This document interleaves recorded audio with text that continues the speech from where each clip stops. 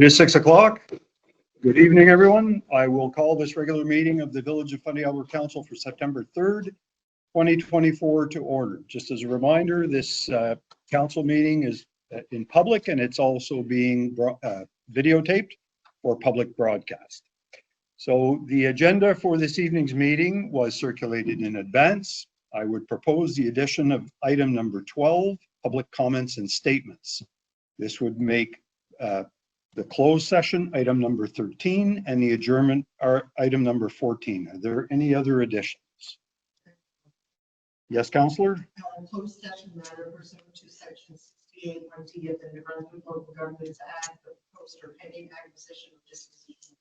So that would be entered on the agenda, the amended agenda, as item number 12B, section 68(1)(d) of the Local Governance Act, acquisition or disposition of land. Are there any other additions? 13B, is it 13B now? 12 was public comments. Oh, correct. It would be number 13B. Are there any other additions? If not, first of all, do all councillors consent to the proposed addition of the items to the agenda? Everyone being in favor, I will accept a motion to accept the agenda as amended. I need a motion. So moved by Councillor Land, seconded by Councillor Elderkin. Any discussion on the motion? If not, all in favor signify by stating aye. Aye. Opposed, if any? The motion's carried. And during any of the presentations this evening or any discussions by council, because we have been experiencing some issues with the sound and we've had some feedback from the public, I would appreciate it if the councillors, when you're speaking, please just speak a little louder so that the folks we're able to capture it on our video conferencing material. So thank you. Item number 3 on the agenda, conflicts of interest. Are there any conflicts of interest to declare in relation to the items on this evening's agenda? There being none, item number 4. So there are 6 sets of minutes to approve this evening, those of a regular meeting on June 4th, a special meeting on June 11th, a special meeting on June 18th, a regular meeting on June 6th, 2024, a special meeting on August 13th, 2024, and a committee of the whole meeting on August 20th, 2024. So the draft minutes of the regular meeting on June 4th were circulated in advance of the meeting. Are there any errors or omissions to report? Not, I'll accept a motion to adopt the minutes as circulated. So moved by Councillor Elderkin, seconded by Councillor Coates. Any discussions on the motion? If not, all in favor signify by stating aye. Opposed, if any? Motion's carried unanimously. The draft minutes of the special meeting on June 11th, 2024 were circulated in advance of the meeting. Are there any errors or omissions to report? If not, I'll accept a motion to adopt the minutes as circulated. So moved by Councillor Ward Russell, seconded by Councillor Jonah. Any discussion on the motion? Not, all in favor signify by stating aye. Opposed, if any? Motion's carried unanimously. The draft minutes of the special meeting on June 18th, 2024 were circulated in advance of the meeting. Are there any errors or omissions to report? Not, I'll accept a motion to adopt the minutes as circulated. So moved by Councillor Jonah, seconded by Councillor Land. Any discussion on the motion? Not, all in favor signify by stating aye. Opposed, if any? The motion's carried. The draft minutes of the regular council meeting on August 6, 2024 were circulated in advance of the meeting. Are there any errors or omissions to report? If not, I'll accept a motion to adopt the minutes as circulated. So moved by Councillor Elderkin, seconded by Councillor Ward Russell. Any discussion on the motion? Not, all in favor signify by stating aye. Opposed, if any? The motion is adopted unanimously. The draft minutes of the special meeting on August 13th, 2024, specific to a closed session item, were circulated in advance of the meeting. Are there any errors or omissions to report in those minutes? If not, I'll accept a motion to adopt the minutes as circulated. So moved by Councillor Coates, seconded by Deputy Mayor Arrow. Any discussion on the motion? If not, all in favor signify by stating aye. Opposed, if any? Motion's carried unanimously. The minutes for a second special meeting held on August 13th, 2024 are not being approved this evening. They will be tabled at a future regular or special council meeting for adoption. There were 2 special meetings that day. The draft minutes of the Committee of the Whole meeting on August 20th, 2024 were circulated in advance of the meeting. Are there any errors or omissions to report? If not, I'll accept a motion to adopt the minutes as circulated. So moved by Councillor Elderkin, seconded by Councillor Coates. Any questions on the motion? If not, all in favor signify by stating aye. Opposed, if any? The motion's carried unanimously. Number 5 on the agenda is the consent agenda. There are no consent agenda items for this evening's meeting. Item number 6 on the agenda, public and administrative presentations. The first one is Mr. Francesco Colazzo. Is Mr. Colazzo here? So we'll start with the second one, which is a 5-minute presentation by Mrs. Phyllis Sutherland on the spraying of herbicides and health and Fundy Albert.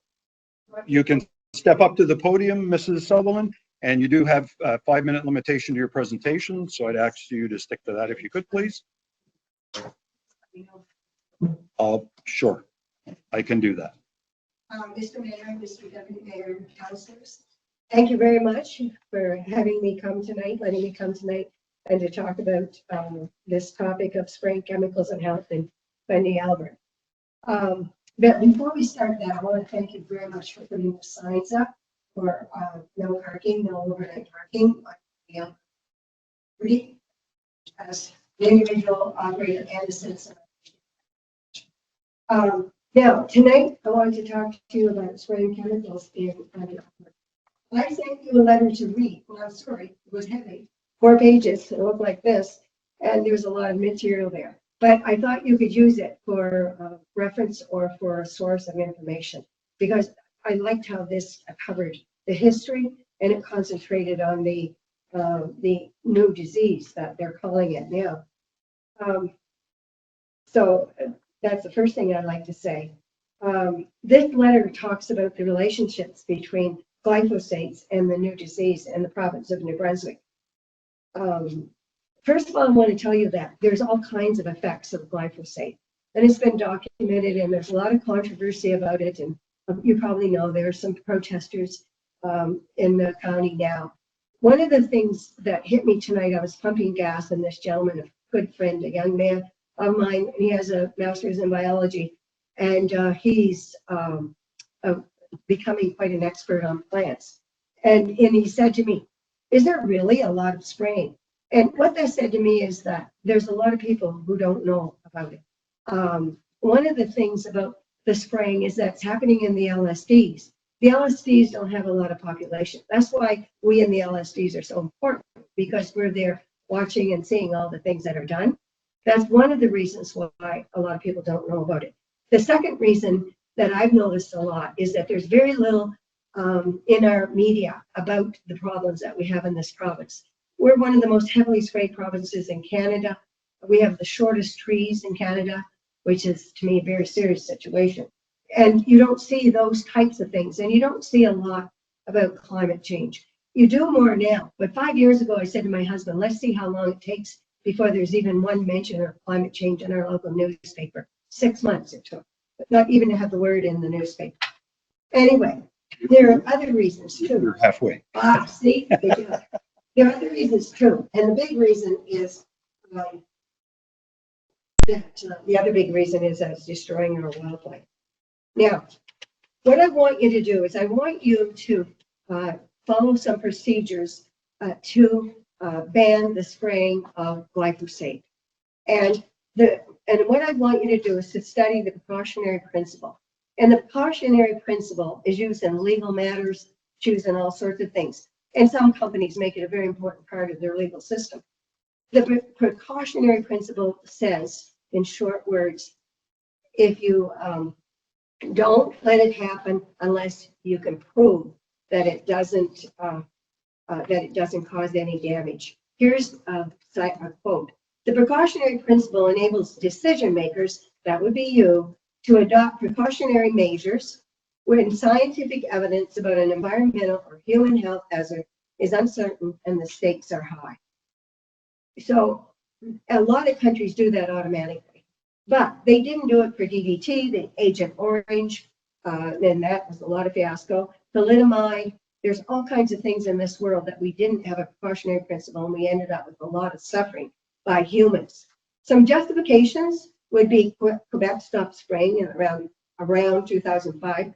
Moncton is not spraying now, the Turtle Creek watershed. In Hillsborough, you have a well that is 1.34 kilometers from a spray area.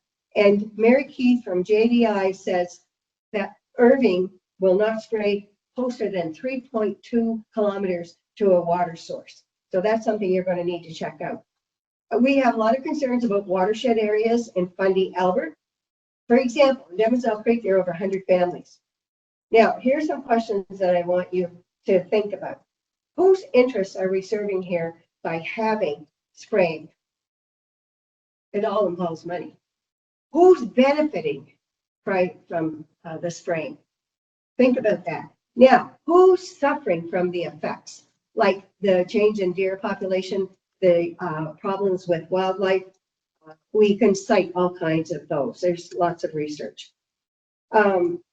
Why take a chance? That's the big question that I would like to propose to you. Why take a chance? Because if we can do something to prevent, and you saw in the article where they have 6 suggestions about what needs to be done, until that's done and it proves that it does not cause that disease or create, losing of human life, then we should stop. Am I near the end? Okay, okay, now I'm going to offer. I would suggest, and I know that you have procedures. Well, one of the possibilities is a committee, and I will volunteer to be on that committee. And my friend Kim Wilmot will also volunteer. Kim is an expert on herbicides and pesticides, and she has certification, and she's been doing a lot of research. Thank you for your time. Do you have any questions? Thank you. Well, actually, your time to speak really doesn't include if there are any questions from council. So anyone, Deputy Mayor, any questions for Ms. Sutherland? Really, thank you, Phyllis, for your letter, which was very powerful and troubling in the same token. I know one of the things, your subject is on the spraying of herbicides in and around Fundy Albert. I recently came aware, I should have already known this, that in fact we're spraying, I think it's called the larvicide, actually in Fundy Albert, being paid for by our municipality, which is something that is a bit striking to me, that I think we need to actually, this is from the mosquito control. It's something I think all of this whole subject area we need to be very mindful of, and it's complex and difficult, but clearly there's something brewing in this area, as well as other places in New Brunswick, and we need to get to the bottom of it. Thank you. Thank you, Deputy Mayor. Councillor Land. Thank you, Holmes, for your presentation. Very, very informative. It is a big concern with watersheds and how close they are actually to spraying. Yeah. Because that stuff when it's on the ground, the see-through is gone. So, definitely, thank you. Thank you. Councillor Ward Russell. No, thank you very much for your presentation. I guess the only thing I would say is, I had no problem moving forward as long as research is based on space. Okay, thank you. Councillor Coates. Thank you, Phyllis. I've worked with you before, and I know you're dot your I's and cross your T's. Thank you. So, your project is something that we're looking to. Okay. Okay, thank you. Councillor Eldricken. I would concur with Councillor Coates. Phyllis, you're very thorough in your presentations and your research. So I look forward to, there is obviously some things we should be looking into. So thank you. Okay, Councillor Jonah. doesn't go to the result center.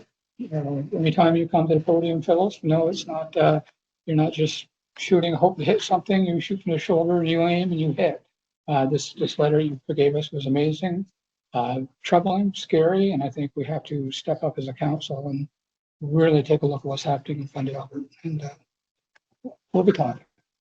Thank you. Thank you for your validation. and Thank you. From my perspective, so I do have a perspective on this. Of course, we're concerned about the health of our constituents, and any type of spraying of herbicides, or as Deputy Mayor Arrow mentioned, larvicides. I agree with Councillor Ward Russell that whatever approach we take, it needs to be based on solid scientific evidence. The ability of our municipality may be constrained by the fact that we do not issue the permits.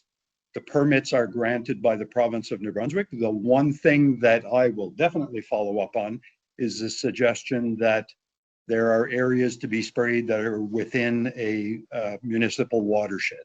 So I will definitely look into that, and we will bring the concept, your request of a committee, to a committee of the whole meeting. You're not going to get an answer from us this evening, but we will provide you a written response to your request.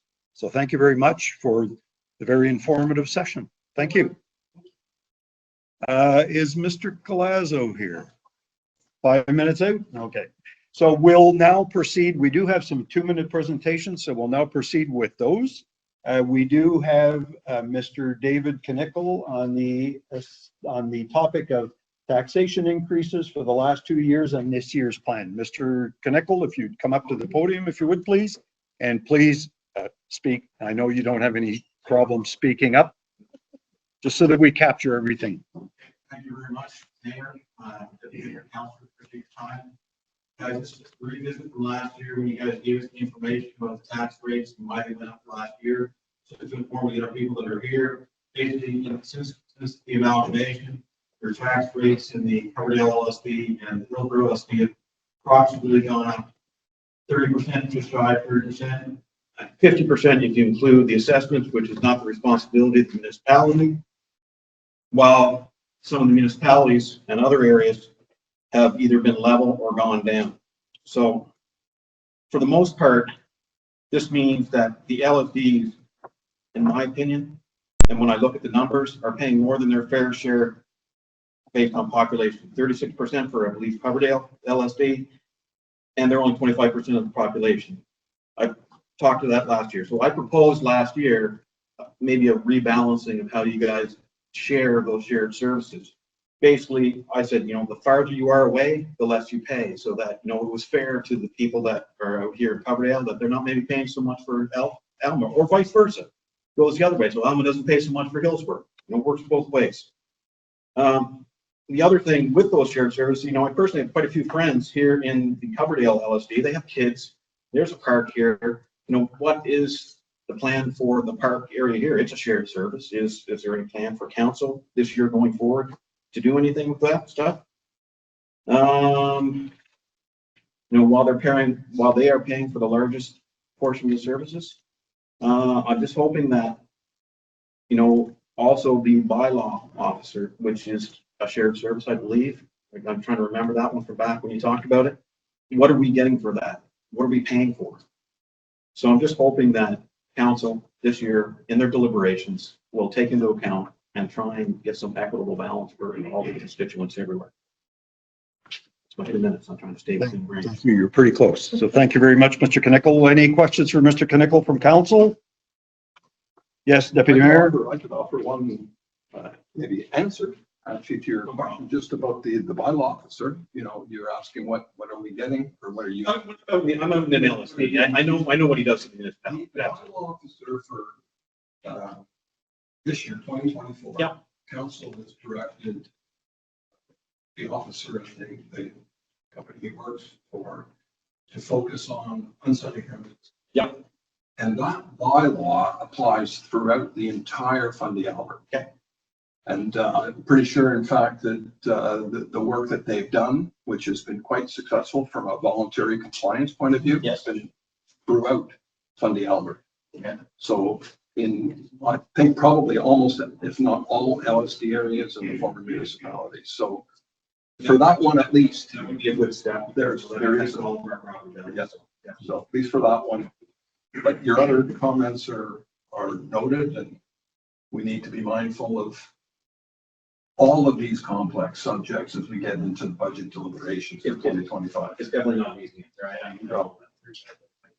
Yeah, so thank you. Thank you. Thank you very much, Deputy Mayor. Councillor Land. Thank you, David, for speaking. Taxes are a big issue. Everybody's restrained with their daily life and their expenses to run. And in the next couple of months, we'll start deliberating on the budget. Definitely, we're definitely. And we'll take that into consideration. I will take that into consideration. Thank you. Councillor Ward Russell. Yeah, no, just thank you for speaking up and representing the local service districts as well. I find that sometimes we get lost in the shuffle, and it's nice to see individuals taking ownership on that. Can't say that with regards to the park, I've brought it up numerous times, and I do hope that the council will move forward on that request. The park is located in the White Birch area, so hoping that they will see the benefit of that. And as we get ready for budgets in the next month and a half, it's good to have your information in the back of our minds. Thank you. Councillor Coates. No, thanks, Dave, for coming in your presentation. I realize that I'm in a LSD, so, and a former SLD. Yeah. So I know what you're talking about. Okay, thank you. Thank you. Councillor Alderkin. Thank you very much for your presentation. I think it would be a good opportunity to maybe describe the survey that's on our website now. That's for budget, our administration specifically has put out a budget survey.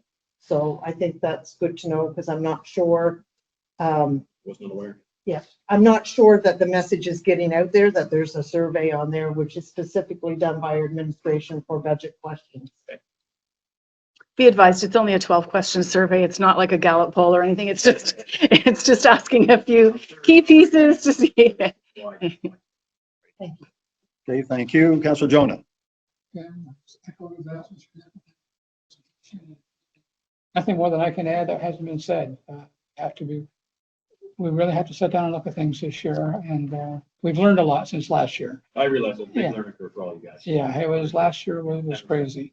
And we learned a lot from last year. We've stumbled, we've fallen, we've picked ourselves up, and we're going to do a better job for you this year. Appreciate that. Thank you, Mr. Knickel, for your presentation. Obviously, your concerns have been heard. Unlike previous years, my hope, at least my hope, is that we will be able to consult the public as we develop the budget.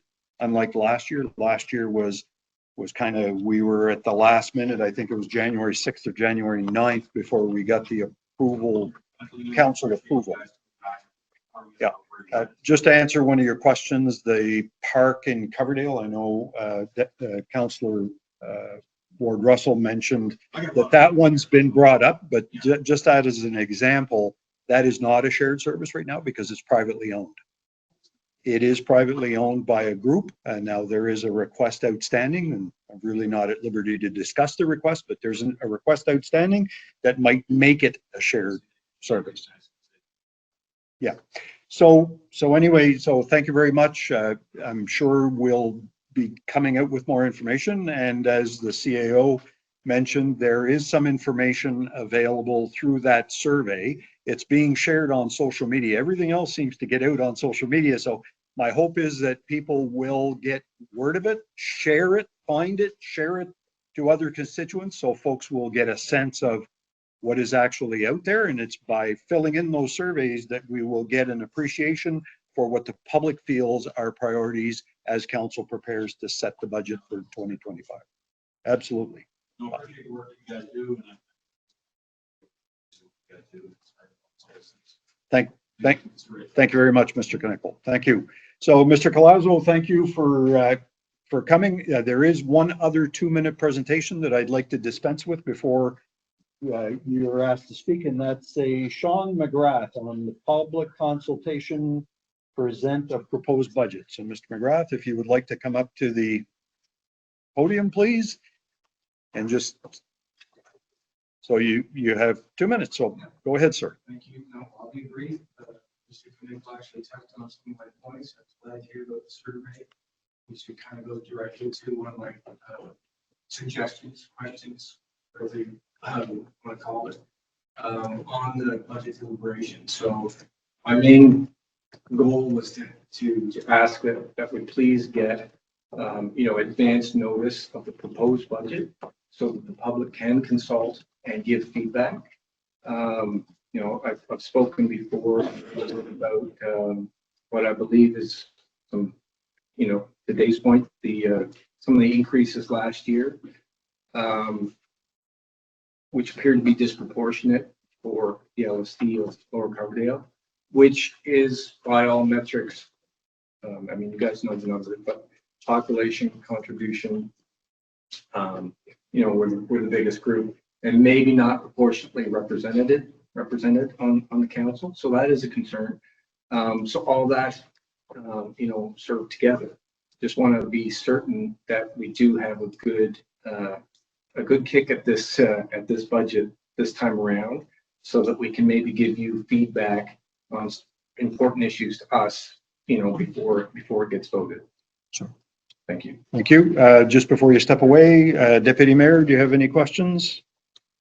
No, there are complex subjects that we're going to need to get into that I think we've been glossing over in large measure. The whole concept of fiscal equality and representation within Fundy Albert. We were dealt a very difficult and complex environment with 8 different subunits at the beginning, each with a different taxation rate, largely with the same services. And we're trying to sort of unravel that mess. So the comment about engaging and including the public in that, I think, is very important. And we can only hope that we're do better in this year. And so that the next few months will be the proof of the pudding of that. So thank you. Okay, Councillor Land. Thank you for your presentation. Obviously, taxes are a big thing. So I would take our advice as we go forward. Thank you. Thank you. Councillor Ward Russell. No, thank you very much for your presentation. I don't know what else I can really add because I 100% agree with you. And I'm hoping that we'll have some dates in the near future with regards to when these deliberations will happen. To my understanding is that we should have a draft in the next 2 weeks, is what we were told 2 weeks ago. So if that's correct, then we should be able to get something out in early November, I would think. So Thank you. Councillor Coates. Thank you for the presentation, and we'll see what we can do with the budget. It's going to be a trying time. Thank you. Thank you. Councillor Alderkin. Thank you for your presentation. We all, as councillors, I think, represent a portion of LSD areas. So I know you're specifically referring to your area, but we do hear it from all the LSD areas. So I appreciate it. And I think part of the public consultation is a part that we missed last year in the budget process due to time constraints and many other things of learning the factors. So we will take that into consideration. Thank you. Thank you. Councillor Jonah. One thing about being last, pretty much everything's said before I get to the name. The public consultation is very important. You're spot on. We got to get up there and let everybody know what's going on. So, like I said to Mr. Nickel, we stumbled, fell, picked ourselves up, and this year's got to be better. So just hang on tight. Thank you. So I'll speak last. No. So obviously your points are similar to Mr. Knickel's, and they're they're not lost on members of council. It's important to everybody to make sure that we do things in a very prudent way. What I will share is that there have been preliminary discussions by the province to the municipalities, and indications are, although it's not official, that there is going to be another increase in assessed values this year, and it's in the order of almost 10%.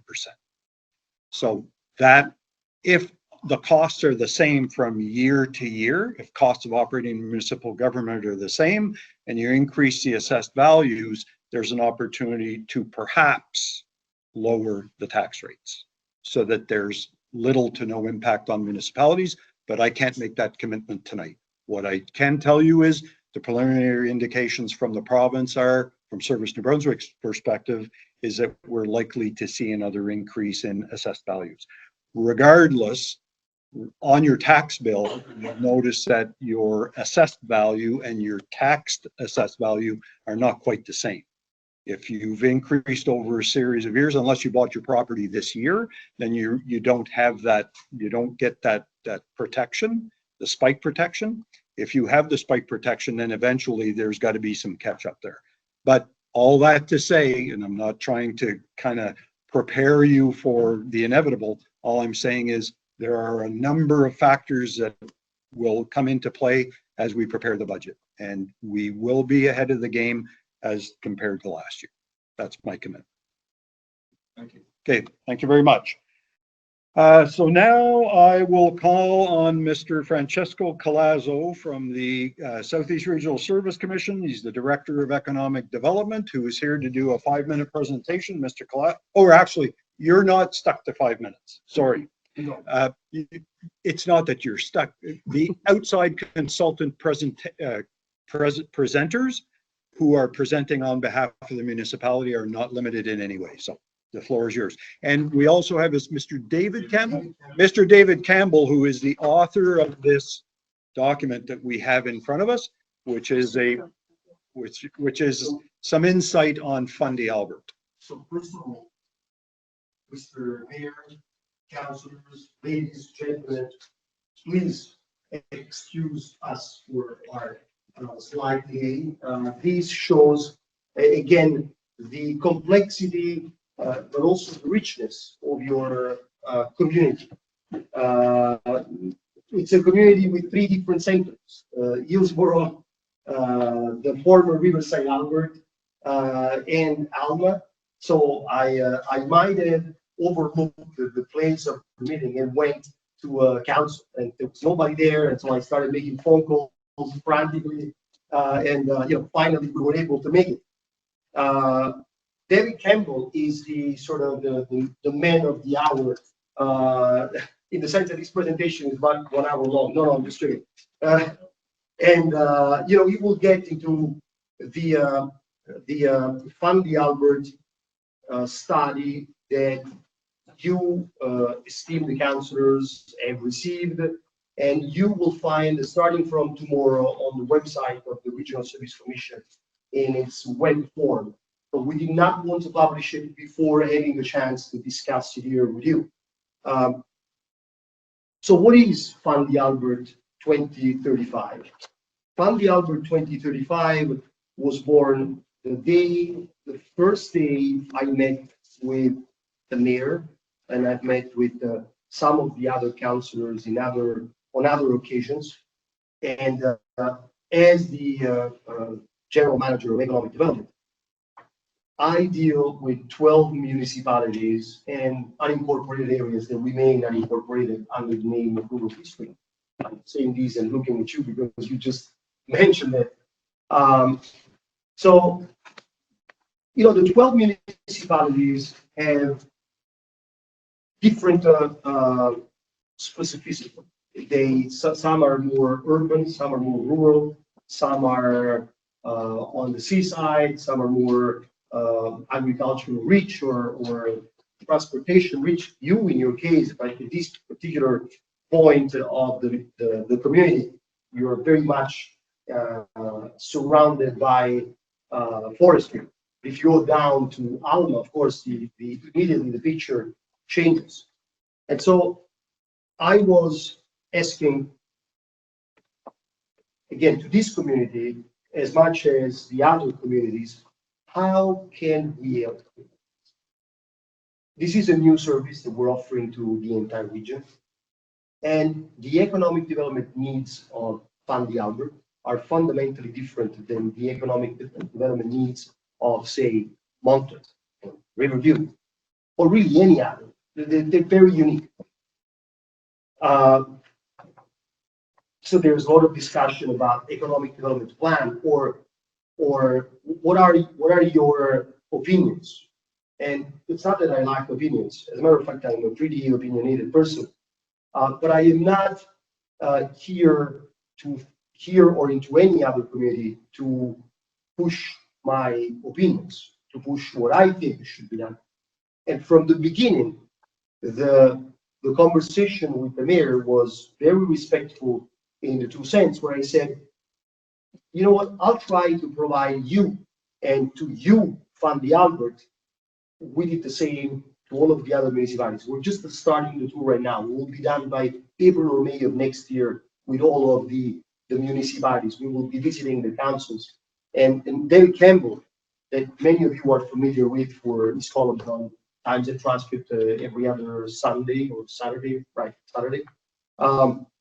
He's an economic development maven, has been doing this for the last 35 years.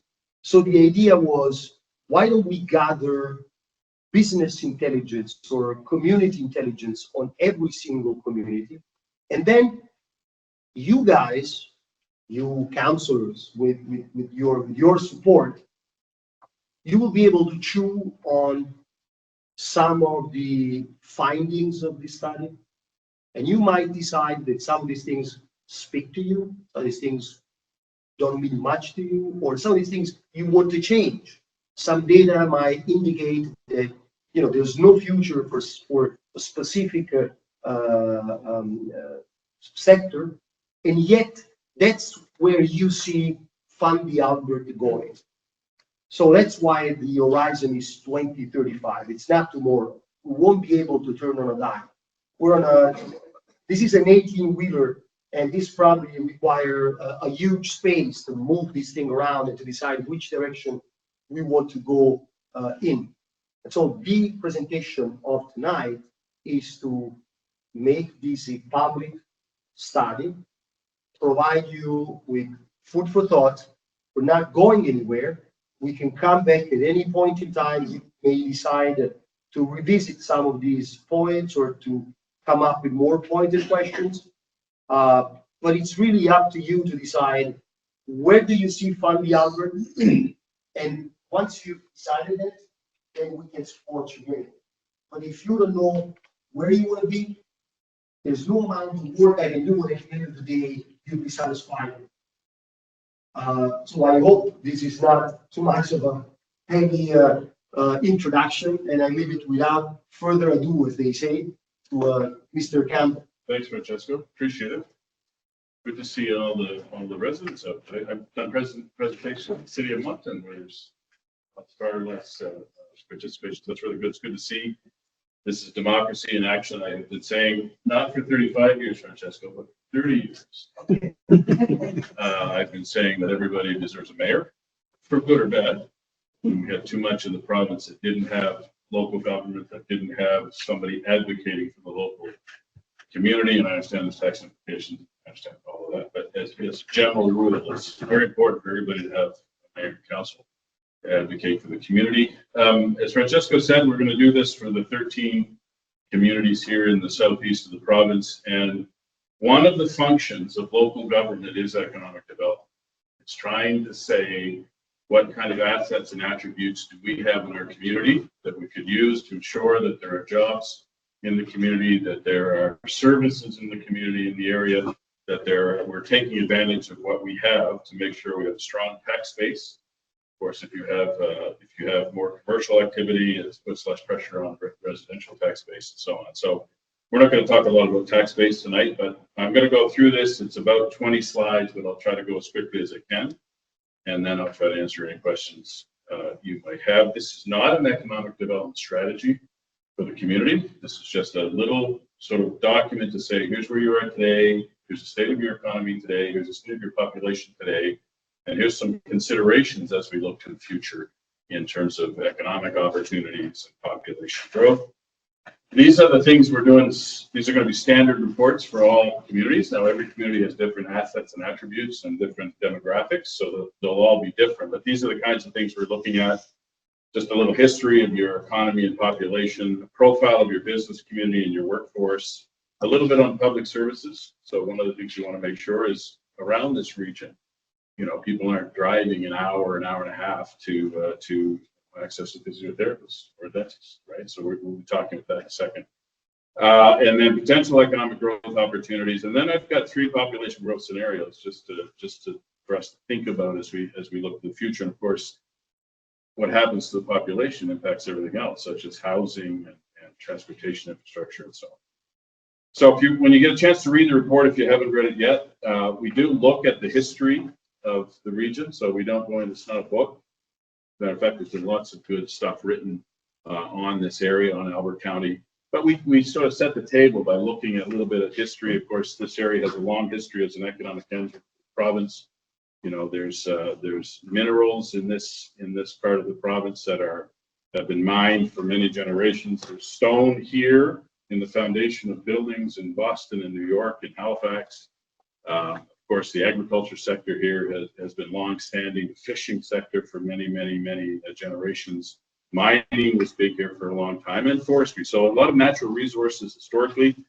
Of course, tourism started to take off really in this region with Fundy National Park, which is the most used, the most frequented tourism asset in all of the province. And very close to that is the rocks. Oakville Rocks just down the road from there. So certainly tourism has become an anchor industry here in Fundy Albert. And what we see, if you look at the long-term data, is this area has become more and more integrated with the Moncton area, with Riverview, Moncton, and Dieppe. So you'll see in a minute, a lot of people live here and work there. Of course, we live here and we access services there. So that's a good thing that you're adjacent to a large urban center, but it can also be a negative thing in terms of potentially draining out economic activity over time. So in terms of the economy, there's been about a 17% reduction in employer businesses between 2015 and 2023. So Stats Canada tracks the number of employer businesses, and there has been a drop. And we've got some data in the report on the sectors involved, but we have seen a decrease. So we have to be thinking about, the sectors of the economy, and should we be actually trying to gird up or grow some sectors of those economies. Tourism, arts and culture, and construction remain strong. If you look at the employment levels in those 3 sectors, there's been a modest increase in food manufacturing. So we've got some small food and beverage manufacturers out here. As I said, highly integrated with Greater Moncton. About half of everyone that lives out here that's active in the workforce actually commutes into either Moncton, Riverview, or Dieppe every day for work. Those are among the folks that go to work every day and that don't work from home, or that's not a farmer, which is essentially supposedly working from home. So there's about 53,000 living in this area, and you will see in the report, just for simplicity's sake, we did include the entire Coverdale Parish, which is obviously a larger area, and we'll get better refinement when Stats Canada readjusts the borders based on this municipality. But if we look at this area, including it's basically Albert County without Riverview and Elgin. So that's another way to look at it. 26%. So this is not one of the highest areas in the province for EI usage, but there is, about a quarter of the people that work collect the EI at some point during the year. Some parts of the province it's closer to 40 or higher percent. But that's because of the seasonality of some industries out here. So we have to understand that in terms of the dynamic. As I said, there's been growth in certain sectors, the healthcare, finance and insurance, education sectors. And again, that's people living out here. That's not the businesses that are operating out here. So that's the difference, and that nuance is covered in the report. And there's been declines in most other sectors. And importantly, 32% of our workforce are over the age of 55. So they are going to retire in the next 10 years or so. And we need, if we want to make sure we've got enough people to work in our industries here, that we are attracting and growing a younger segment of the population. So I'm not going to go through all these in great detail. I did want to get through this pretty quick. I sit a lot on where you guys are sitting now, and sometimes it can get pretty boring, particularly economic data. But I did want to show you in the report the difference of the workforce of the people living here versus that actually work here. And most of the people that work out here live out here, but some people actually commute out here from Moncton, Riverview, for work every day. So there's about 2,100 people that work out here in businesses out here in this municipality, but there's about 5,300 that actually live here and that work in these sectors. You can just see the breakdown by area. So construction, 16% of the people that work out here actually work in construction, healthcare. This is a fairly large employer out here with the community health center and other healthcare operations. And then 10% of retail trade. That's the folks that are working out here. And then you can see the folks that are living out here as well. Those are people that choose to live out here, even though some of them have to commute a half hour or more into Moncton, Riverview, and Viet for work every day. So that's the distribution by age group. So that's one of the concerns we have around the entire region. So we've got relatively few people at the low end, at the 15 to 24, and even 25 to 34 age groups. And then we have 1,700 folks, 55 and older, that are working right now, or as of the census, and they will eventually retire in the not too distant future. We need to make sure there's a workforce to replace them. And Francesco's group does a lot of workforce development. So at some point, I'm sure he'll be talking to you about that. This is some household data. Just quickly, this is all included in the report here. So just if you look at the population growth over the 20 years, so the population actually grew a little bit, but it also grew a lot older. So there's been a 4% rise between 2001 and 2021. That's the census. Across Greater Moncton, the population swelled by 38%. And even across the entire southeastern New Brunswick area, which is Westmoreland and Albert, the population grew by 28% over that 20-year period. The median age now out here is 47. So that's not ancient.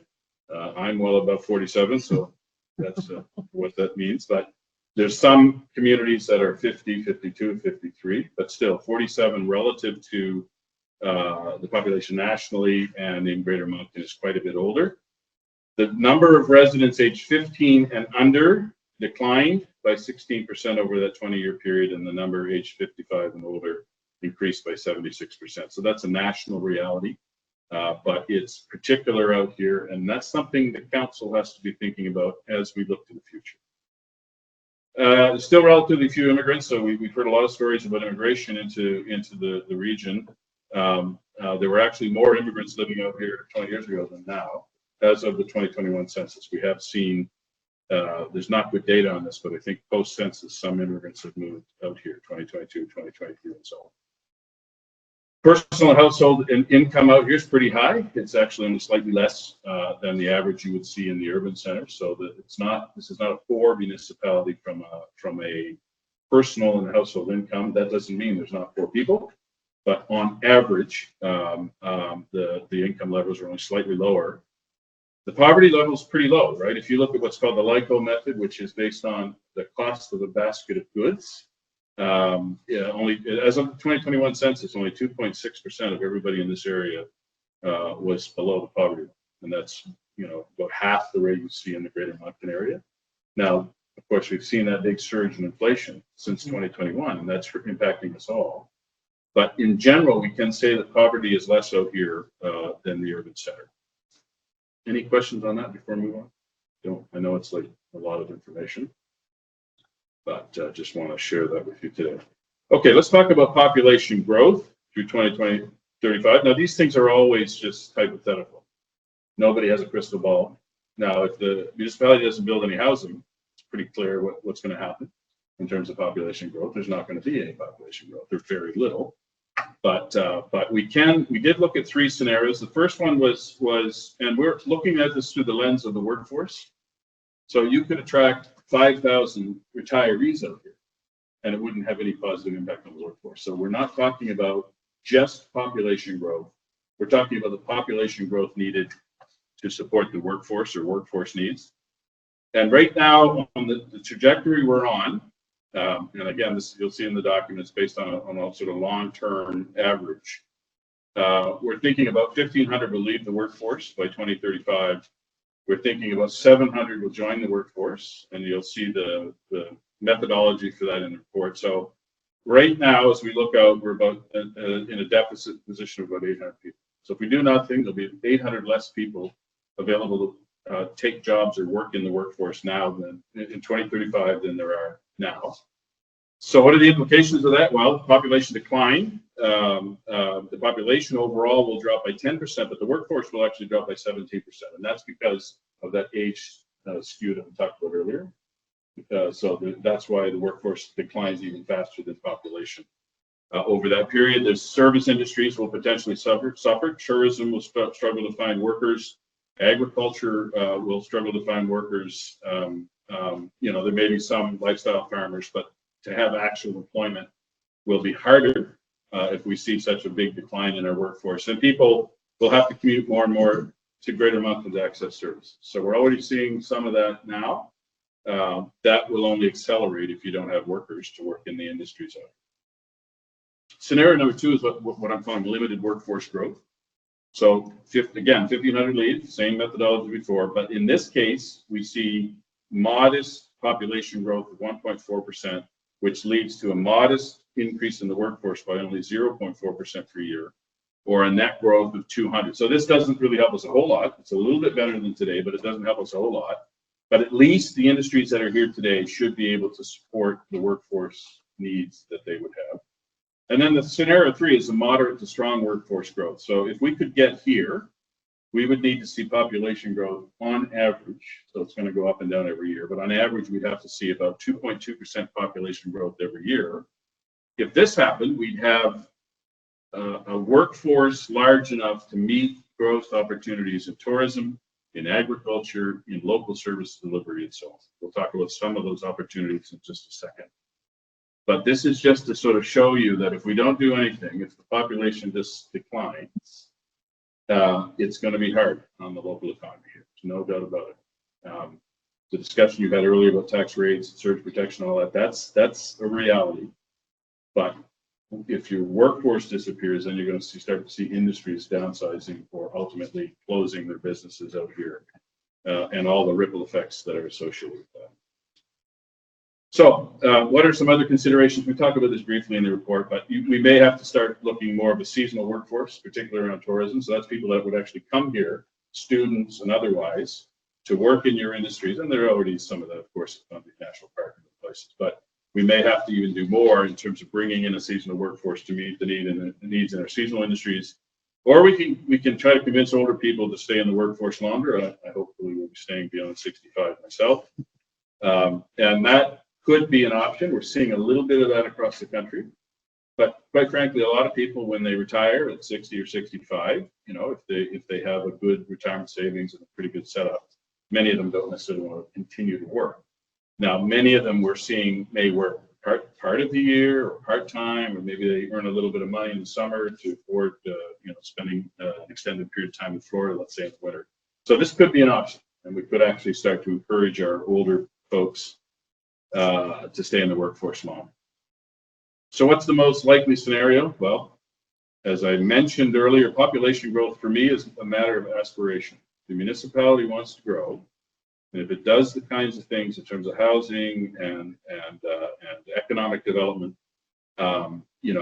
we can see population growth out here. Now, there are things out of your control. You're not going to control national immigration flows. You're not going to control the national or international economy, but the things that are under your control, you can really influence growth in the years ahead. Housing is key, particularly housing options. So we're very across the province. We like single-family dwellings. There may be options, particularly for older people and others, like apartments or other multi-unit options.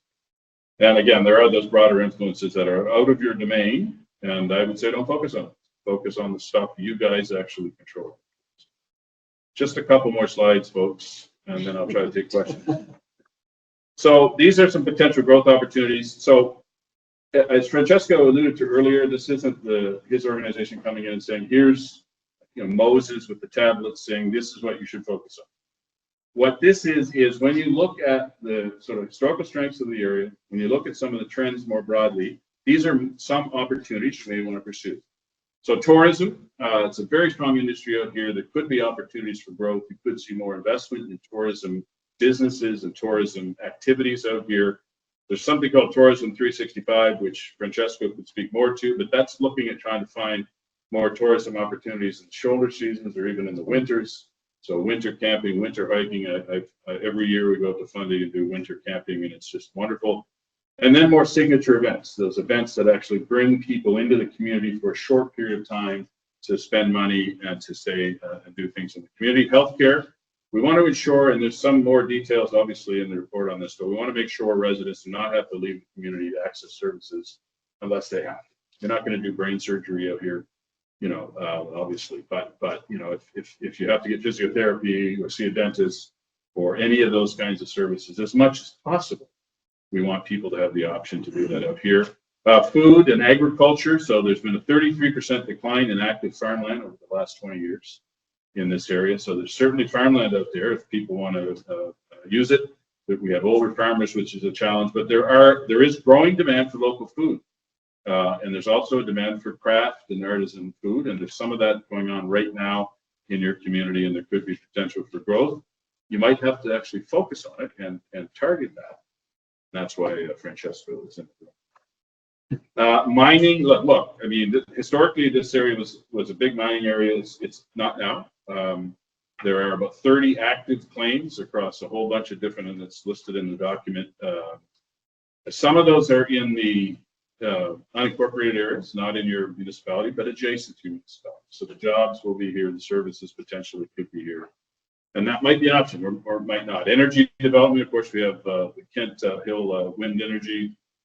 There's potential for more tertiary services like legal, restaurants, personal care, retailers. If the people want services out here and they're prepared to frequent them, maybe we should go out and actually try to attract these types of businesses out here so that you don't have to necessarily go into the city to access some of those services. Arts and culture is strong here. We do a lot in that area. There's lots of artists and artisans out here, and there could be potential for more. And then just in general, for the entire region, this idea of remote workers, people moving in, bringing their job with them, and paying taxes here in the area. The other thing, we talked about the age of the workforce. Well, the business owners are old too. 42% of all your business owners are over the age of 55. So we need to make sure we've got young entrepreneurs in the community that are taking over, and the businesses that are here, and succession planning for those that are leaving and retiring, but also just in general to make sure we have enough entrepreneurs in this area. 36% of all the business owners in your construction sector are over 55. So if they leave and close their businesses, they won't be here anymore. And just as a perspective in terms of young entrepreneurs versus older entrepreneurs, for every 100 older entrepreneurs age 55 and older here, there's only 24 under the age of 35. So we have some very interesting examples of young entrepreneurs in this region, but there's still a lot fewer of them than there are older entrepreneurs. Okay, last slide. So, and Francesca and I, I'm not the transportation, expert or the transportation planner, but I believe you're one of the few municipalities in the entire province with only 4-lane highways or even passing lanes. So that matters, right? If you're going to put a whole bunch of trucks on the road and you're going to, let's say you decided you wanted to be a big manufacturing hub, you don't really have the road infrastructure for some things. And I think that matters. So you have to think about that. That's all I'm saying. Communications infrastructure, you're expanding the areas that have high-speed internet. Still a lot of work to do there. And then thinking about municipal infrastructure, if we're going to grow, making sure we've got recreational infrastructure and where there's concentration, water and sewer. So that's the presentation. I appreciate you giving me the opportunity to speak to you. You're the first of 13, so I guess that's a good thing. And now we'll try to answer any questions. I'll try to answer them. If I can't answer them, I'll kick it over to Francesca. Well, thank you very much, David. I've heard the presentations before, so they're very informative and chock full of information. Obviously, the report that you prepared for Fundy Albert hasn't been shared publicly. Now that you've done your presentation, it will be shared publicly on our website and link people through social media. Of course, communication is always challenging for us, but that said, we'll try to make sure that people have as much information as they possibly can. So I'll go around and see if any of the councillors have any questions for you and maybe any observations. Deputy Mayor, you have anything? First, David, I've heard you speak as well before at the Service Commission board meetings, but I think it's fantastic what you and Francesco are doing in your team. This is the kind of value added activity and information that the Service Commission is showing that where communities can benefit. So that's the first thing. The question I have is I have often wondered why a manufacturer wouldn't want to locate here, because if nothing else, we have a high quality of life in Fundy Albert. We're near many beautiful places, so easy to access. We're near the big centers should people need services, even though it's not necessarily right next door. And it seems to me it would be the ideal spot for small, not resource intensive manufacturing, but sort of niche manufacturing. But you don't even mention it. I'm surprised. What's your view on that? So for just consider, council will pursue things that it wants to pursue. If you look at just a high level analysis, manufacturing is not ideal because of the transportation infrastructure. You have some energy access issues for energy intensive manufacturing. And then you don't actually have, as I understand it, an industrial park or kind of real estate infrastructure. That's not to say you can't do that. And as you indicated, there are niche manufacturers, smaller manufacturers that do not require copious amounts of energy. And maybe there's not a lot of trucks on the road from that kind of manufacturing. So you could do that as well. I think you'd have to think that through. The only challenge you have though, is there's a high level of competition. So you have let's say you have a manufacturer that wants to manufacture raspberry pies. Okay. This is one of the top raspberry production areas in the province, if you can believe it.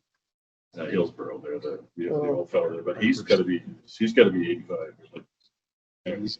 We go down there every year to pick our raspberries. But so let's say you're going to make raspberry pies in here.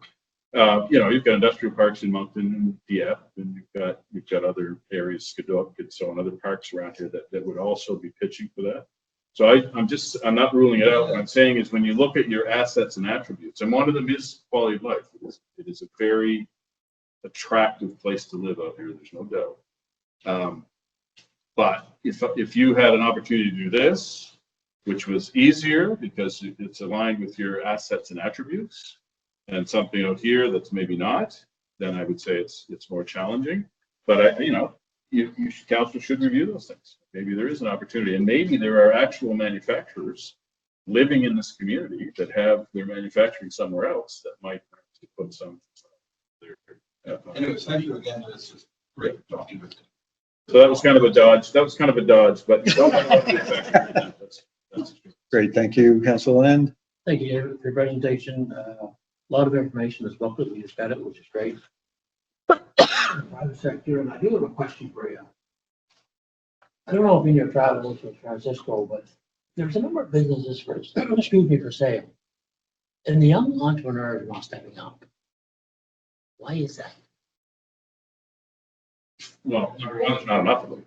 So if you're a young entrepreneur, you have more options. If you're going to try to buy an existing business, you have more options today than you ever had. And then I don't know that we do a great job of connecting the two. So the accountants and the lawyers and all the folks that work with the businesses need to do a better job of helping them figure out what's my plan for succession. And because there's ways to connect, it's just not overly public. It's not like, and people have actually tried this to do websites that say, here's all the businesses for sale. But then they realize most business owners don't actually want people to know they're for sale because they think it'll reduce their value. So it tends to be a more of a private thing where they tell their accountant, look, I'd like to sell in the next 5 years. And the accountant says, okay, let's try to find out where the people would be that might want to buy this. So that's not a good answer to your question. I just think we need to do a better job of, and that, you've been thinking through succession and so on at the economic development level. I think it's going to be a big issue, but I don't know if there's an easy answer other than to say we need to, if these business owners want to sell, we need to have a mechanism for them to connect with potential buyers. And the buyers don't want to pay what the seller wants, and the seller thinks their business is worth 50 million and maybe it's only worth 10, whatever. But we need to do a better job because that is a looming problem for this community and for the province. I agree that it's going to be a huge one forward because the demographics are getting old. I'm 60, there's several others in the front. So not gonna be any places. Geez, you don't have a gray hair in your head? I mean, look closer, Dave. Must be the air. So, that's it. Good life. But anyways, it's concerning because I look at those things, and I look at those numbers. And 10 years time, Fundy Albert's going to be a very different place as far as numbers go and business. And myself living here, grew up here, that's concerning. So I'd like to see you attract more businesses, or at least attract investors to buy these businesses, or make sure, you know, that they retain value when they move on to a new business owner. And that process has to happen. The question is how it gets done. thank you very much. Councilor Riffle?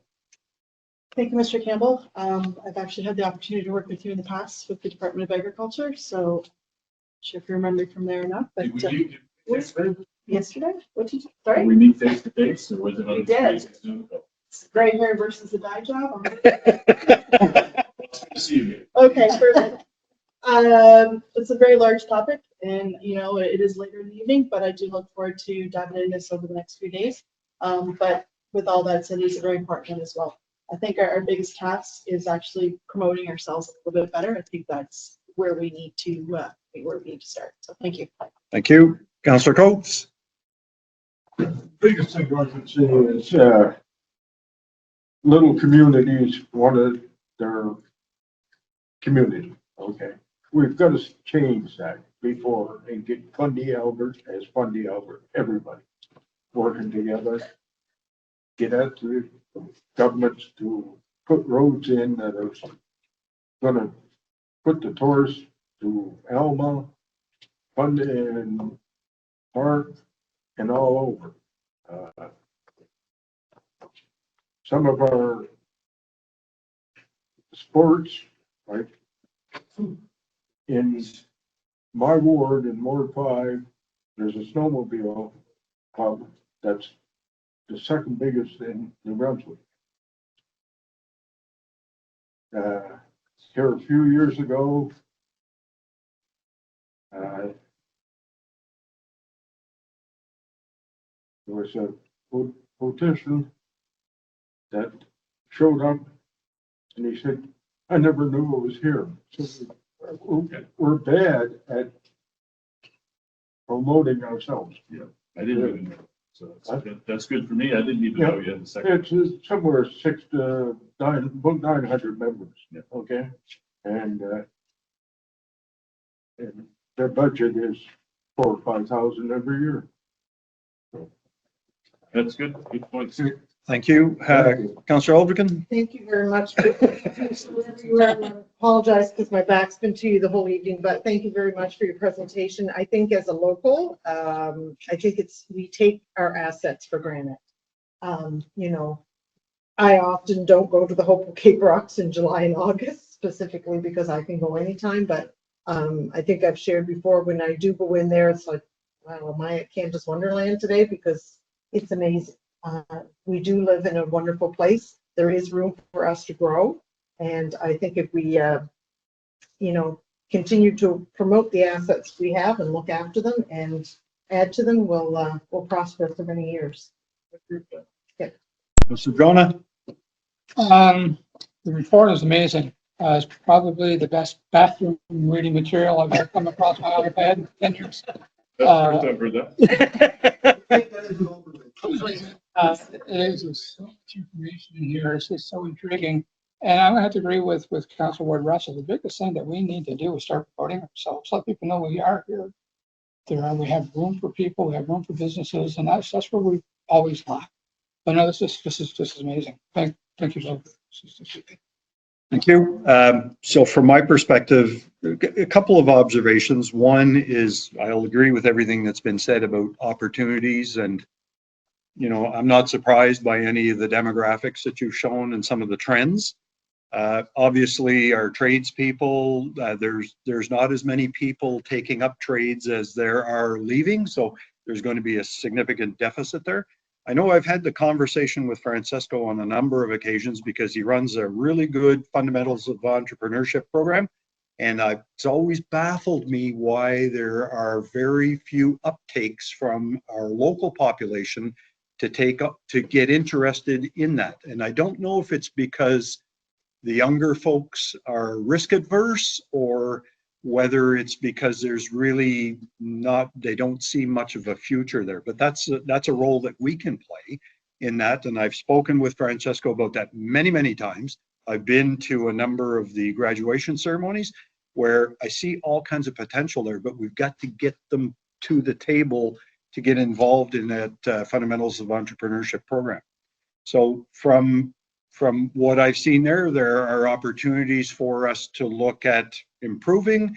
There are some, we have just finalized our first ever strategic plan, and two of the main elements are economic development and tourism. So, and there are tactical plans that are built around that speak to us having a more fundamental role in economic development and tourism as well. So hopefully in time, we'll be targeting more the aggressive growth opportunities, but time will tell how we get there. But I certainly appreciate both you and Francesco for coming here this evening, and I look forward to the public being able to read the document and take what they can from it, and then even provide some input into to their local councillors on that. So thank you very much, both of you, for coming. Yes, Francesco. I use my review to stand up, just like maybe on the end credits of this presentation, just go back to some of the introduction that I had before and leave you with a couple of reflections. I always say we are a tool for the Regional Cities Commission and its economic development. So it's like having a toolbox with the latest and brightest tools. If you don't know how to use them, there isn't very much that the tool is going to be useful for. But I invite you to go through this study with a fine-tooth comb.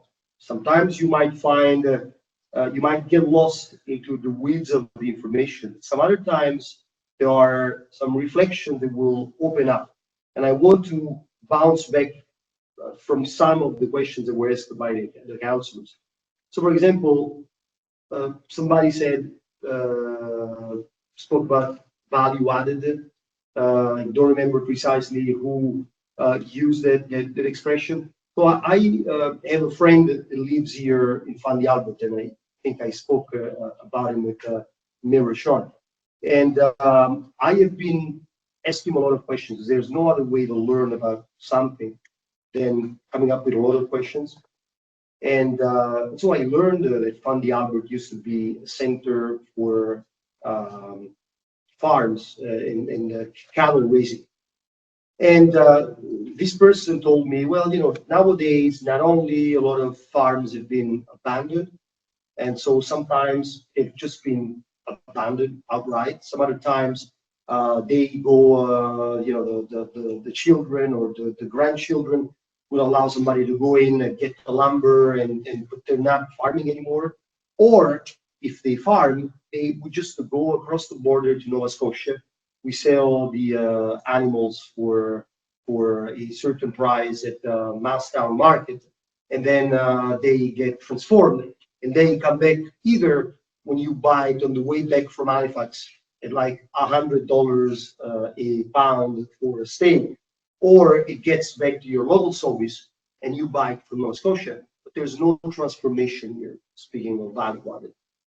Why is that? Well, people here, they just want to get the money quick and dirty. They don't want to spend too much time. They sell the animals there. They get the money. They come back and it's done. And so David said that the population growth is the outcome of ambition. I really think you need to set your sight and your ambition to 10 years out. You have to give yourself the runway to get where you want to get. Like, for example, you say why manufacturers are not coming here. That's anecdotal.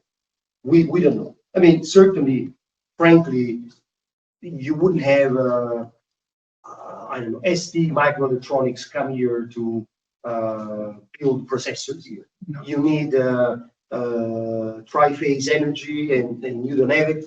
You need the infrastructure, roads, a lot of water consumption. So you have to actually have, that's why the industrial park.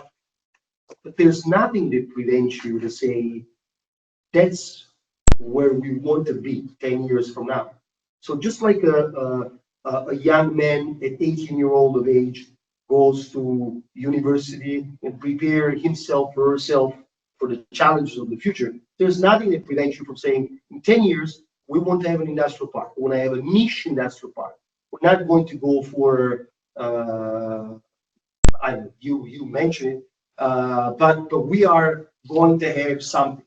Well, give yourself the time, set out the ambition, and you'll be able to do it. And it's very funny that David in the answer said Raspberry Pis. Maybe there's something about transformation. You've got a lot of prime materials that are sold at the commodity price, but if you transform it, you get a premium price. So maybe it could just be Raspberry Pis. Maybe it could be lobster sauces. Instead of shipping them out, you transform them here and you sell them across the world, but not at the price of lobster or live lobster, but at the price of a product. It comes with a premium a price tag on it. So don't just focus on the what you've done always, or what we've done over the last 50 years, but what you want to do in the future. Where is the community projecting themselves in the future? Arts and crafts is very important. I mean, I was sitting right to the left of Val Street. It's been doing a lot of work in that community. I mean, sometimes I read their posts on social media, and I get the temperature of the community, the tourists that come and go, or they're not going. And I think there's a lot of potential. The arts and cultural sector, and I think David mentioned into one of the final pages that something can be done in terms of tax credits. Now, you do not have access to having some sort of tax scheme for attracting artists. But there's one thing that the Regional Service Commission ambitions to be, and the mayor knows it, is advocacy. So if there's something, a position, you can have 25 positions. You will be lost in the crowd. But if you've got one strong position of where you want to be, maybe there's somebody that can advocate for you, and they could be, amongst other partners, the Regional Service Commission. In other words, do blue sky thinking, think ahead without giving yourself too many limitations, because we're always good at giving ourselves limitations. That's all I wanted to say. So thank you very much, gentlemen, both of you, for coming this evening. You're more than welcome to stay, but recognize that you've probably got other places to go and people to see and people to visit. So thank you very much for coming, and have a great evening. We wish you all the best. Thanks, folks. Thank you. Sorry again for the delay. That's all right. We work around that stuff. All right. So we'll move on with the agenda now, and item number 7 on the agenda is reports and recommendations from committees and private meetings. So the first one is from the Committee of the Whole meeting on August 20th, 2024. There are a number of motions. The first is a potential motion for interim financing required for the Golf Club Road culvert repair. And so I would need someone to read that motion, please. Whereas the council recommends the need to apply for interim financing for the golf club road repairs, and whereas the council acknowledges that said repairs will wholly be financed by the NB Disaster Financial Assistance Program, be it resolved that the municipality of Fundy Albert submit to the Municipal Capital Borrowing Board an application for authorization to borrow for a capital expense for the following term and amount. The purpose, transportation services, the amount is $711,206, and the term would be for 3 years. So moved by Councillor Elderkin. Is there a seconder on that motion? Seconded by Councillor Land. Any discussion on the motion? No, I appreciate the fact that you did highlight in the motion here, or it was highlighted in the motion, that it is being wholly financed by the MB Disaster Financial Assistance Program, so this is just interim. Correct. It's a mechanism to finance the cost. Any other questions, comments? Deputy Mayor? Yeah, the question I have, I believe that you recently informed council that the tender for this work is out on the system. Yes, it is. So what happens if the tender comes in above this amount? Then we would go to NBEMO and inform them of that and get the authorization to proceed with the project anyway. Okay, so this was the quote that we had received maybe from our engineering partner. Correct. Any other questions, comments? Not, all in favor of the motion as presented, signify by stating aye. Opposed, if any? Motion's carried unanimously. The second is a potential motion in relation to Hygiene Machine, Inc., Hillsborough facility for water and wastewater requirements. If someone would be so kind as to read that motion. I guess I will.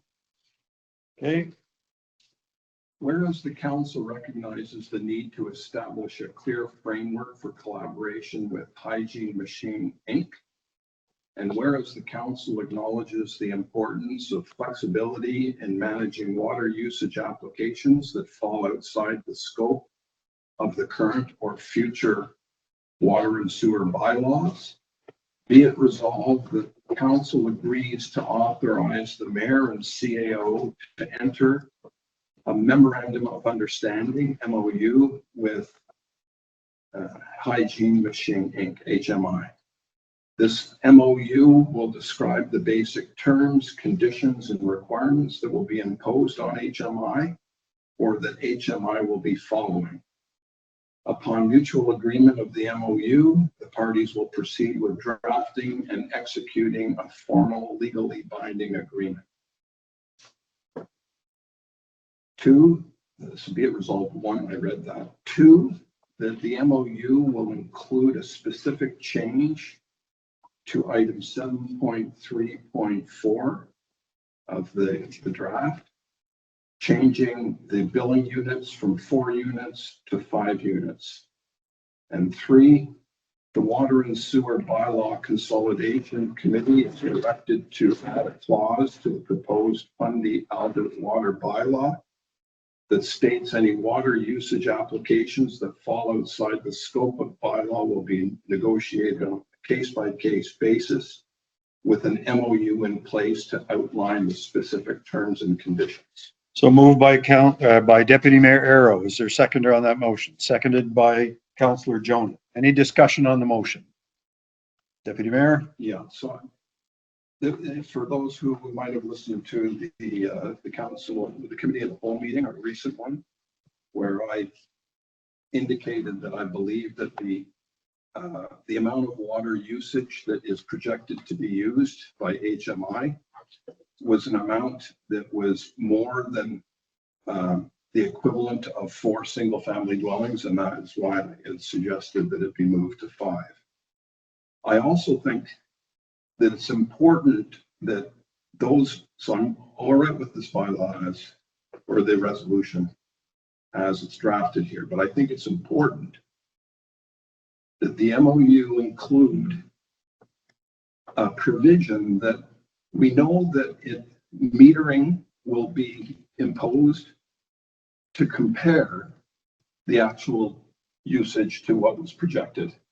And I think what needs to be clear to HMI, that should the actual water usage exceed the 4,000 plus liters per day that they're anticipating, that it would be necessary to revisit the number of units being built. You could argue the same thing as if the water usage, the actual water usage was significantly less than projected. It also probably should be revisited to reduce, so that the number of units, in fact, is a correct reflection of the amount of water that's used, because it appears as though it's not really entirely clear to either HMI or ourselves what the real usage will be. And the last part, I think it's important to realize that we discussed during the committee of the whole meeting is the water resource in Hillsborough that would supply this facility has already experienced in the past concerning issues about its ability to meet the demand. This year, we don't have that problem, but it could be, we know in the past, without even this user, there was challenges. So I think it's important to realize that, and the HMI needs to realize that the water and sewer bylaw that is coming will include a provision that is very common in most municipalities. And that is in the event or in the instance where there is a water shortage, that the municipality has the right to restrict water to specific users. And there's an order of priority. And industrial users are the first to be restricted. The last to be restricted are residential users. And this is normally the kind of wording that is in a bylaw. It will be in proposed wordings of the new bylaw. It's common. So I think that the HMI needs to be informed that should that eventually present itself, that this is a potential. So other than that, I would vote for this. Thank you. Anyone else? Councillor Land? I echo Deputy Mayor Arrow's comments. I'm concerned about the water consumption. We discussed it in the COW. This line is going to increase from 1 inch to 2 inch. And we know how many liters a day a household takes and how many units it is and all that, which is great. But I think we need to focus on the emphasis of that meter of water going in, metering services. Other places, they basically charge by the amount of liters that they use. And I think going forward, I think that needs to be documented weekly, because I'm very nervous. I've sat on council for a few years and we've gone through a couple of spots in industrial where she's been along. And the residents have come first, in my opinion. And it's great to have a business, and I'm all supportive of it. But I think we need to be very cautious going forward of what is allowed to do there without the eyes being watched on it. We're in the early stages of maybe looking for new water, which takes a long time, a lot of money. That could be 3 or 4 years away. So what we got has to work for now. So we have to maintain that. And this company could just take off. Like whatever it's using now, in 5 weeks' time, it could double. So we need to be mindful of that and have the mechanism in place so when that does happen, we ramp things up so that they pay their fair share and we keep an eye on what's going through there. So I will support this motion. Thank you. Anyone else? I will say that there is a provision for metering, not for the installation of a meter. It would be exterior to the building, I believe. And the purpose of that is not to build based on metering, but rather to ensure that the consumption is consistent with the use outlined in the MOU. And the MOU, if I understand correctly, purpose of the MOU would be to start and develop a formal, legally binding agreement. So that would be, that's where those safeguards would be put in, where, we would be monitoring that on a regular basis. Could we put that in the contract or whatever we're going to do with them to have that monitored weekly so we know what it is? We need to be mindful, Councillor, that by doing that, we're imposing a lot of additional work on our staff to do that. So we can start with monthly and see how that works out. My understanding is the initial water consumption suggestions would be less and then building up over time. So we should see a progression over time. I'm just being cautious. Yes. To count Deputy Mayor Arrow's comment, 7.3.5 of the proposed MOU says at any given time, the municipality may change the billing terms and use the actual consumption in addition to the fixed annual rate per equivalent user. So it is already built into the existing MOU. Any other comments, questions? If not, all in favor of the motion as presented, signify by stating aye. Opposed, if any? The motion's carried unanimously. There is a potential motion in relation to the Hillsborough Arena. Yes, Councillor? I'll read that. Whereas the current limitations of our arena prevent it from effectively handling the challenges of ice making during the shoulder seasons, early fall and late spring. And whereas it is essentially to ensure the safety and quality of the ice for all users and events held at the arena, as well as the prevention of aging equipment.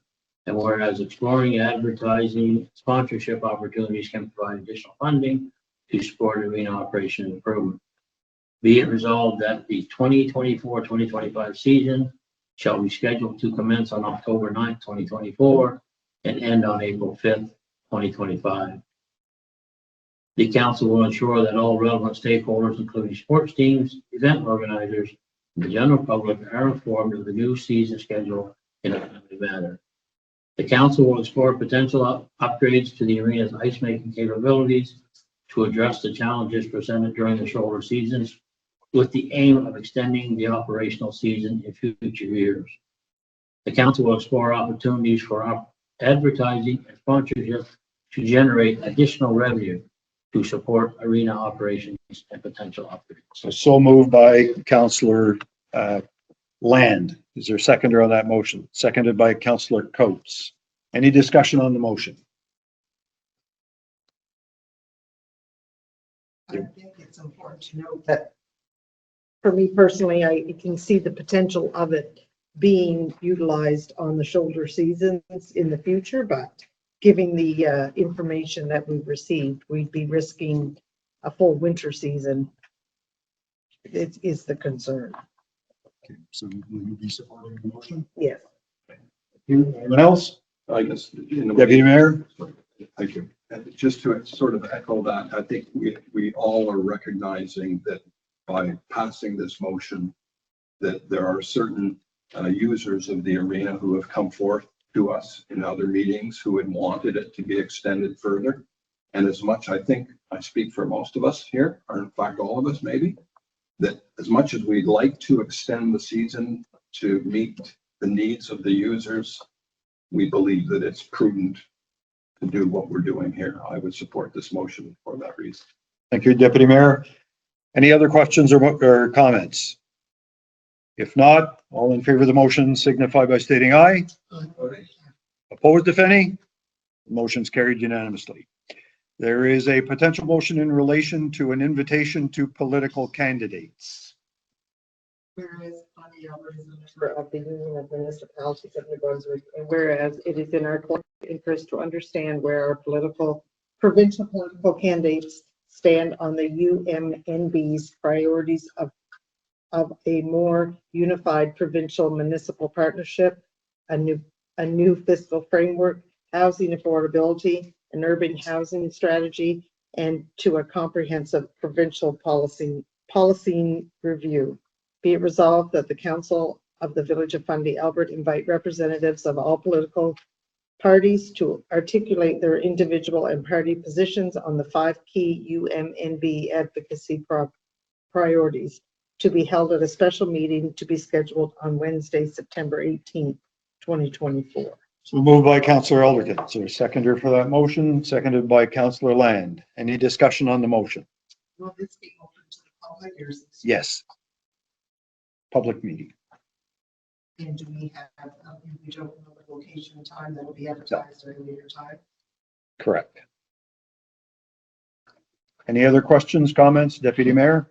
Just for clarification there, the last point that we're asking the candidates to come and speak to us is about a provincial policing review. They're all 5. Yeah. Yes. It's not policy. Yeah, okay. Correct. Thank you. Thank you. Yeah. So will you be supporting Yes, the I would motion? support Okay. Any other questions or comments? If not, all in favor signify by stating aye. Opposed, if any? The motion's carried unanimously. Then we have some potential updates from the Emergency Measures Committee. Is there anything to report of new since our last meeting in August? Councillor Coates, anything new to report? The only thing I know of, I'm waiting for some more, information from EMO. But did we sign the agreement? A formal signature of the agreement? No, not other than what you communicated to our EMO, our regional EMO coordinator. I had said to Linda, that you should sign it, and she should. That has not happened yet. I gave you some of it, and I think the fifth is coming very close to the. Well, they were to be notified by the 5th, which we've done. We fulfilled that responsibility. They were notified. Yes, yeah. They didn't sign the agreement. They've been notified of, we're waiting for them to reach out to us. I think.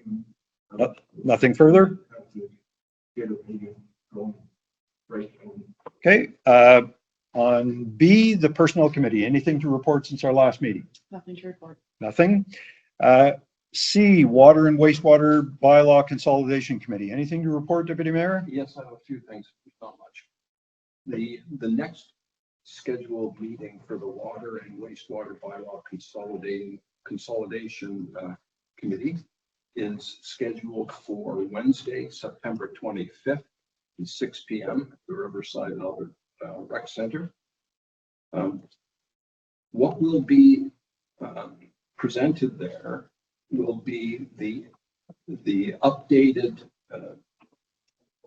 draft or proposed rate structure that the committee has been working on, and we've received some feedback from committee members, and I'm consolidating that, and we'll have that back out to committee members by the first of next week, plus the first draft proposed text of a proposed bylaw.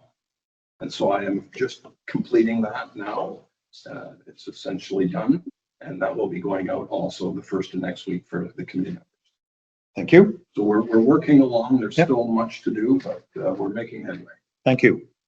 Item number 8 on the agenda, reports from administration. The A is a grants and contributions request from the Eric K. Steves Charity Golf Tournament for sponsorship of their annual event.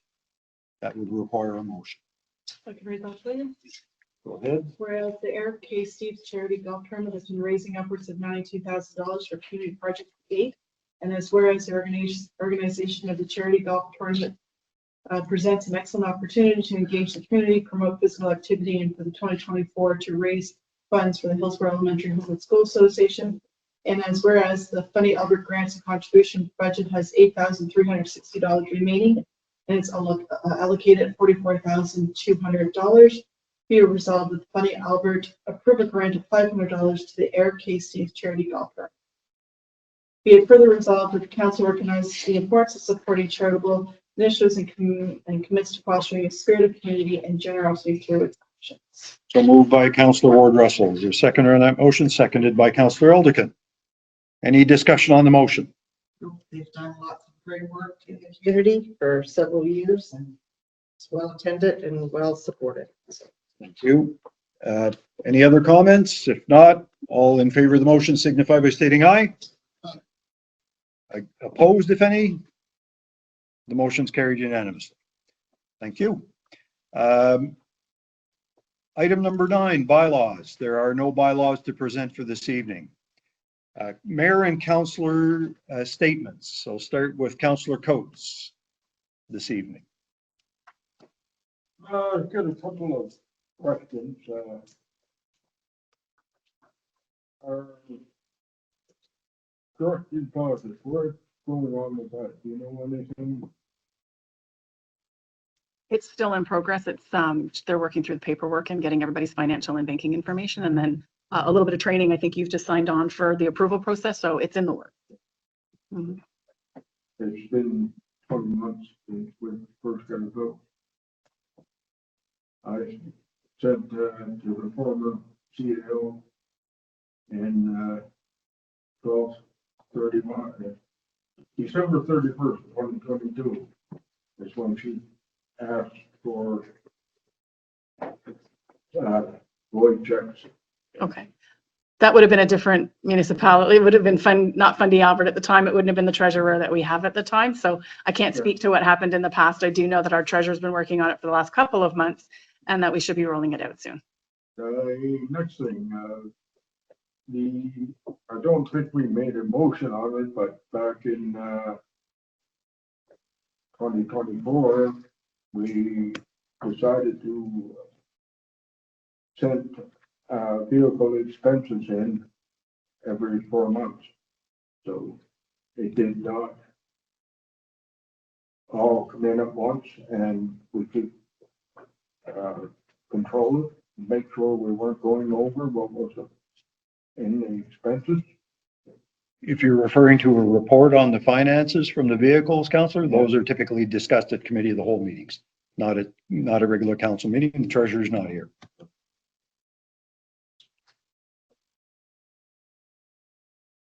Anything else? No, thank you. Councillor Alderkin. No, not much to report.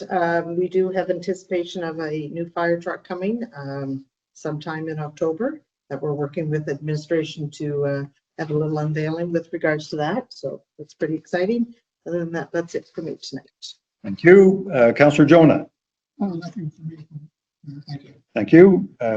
Deputy Mayor Arrow. The only thing I would have is I've received today an update, a regular update, as the Fundy National Park liaison person from Fundy National Park.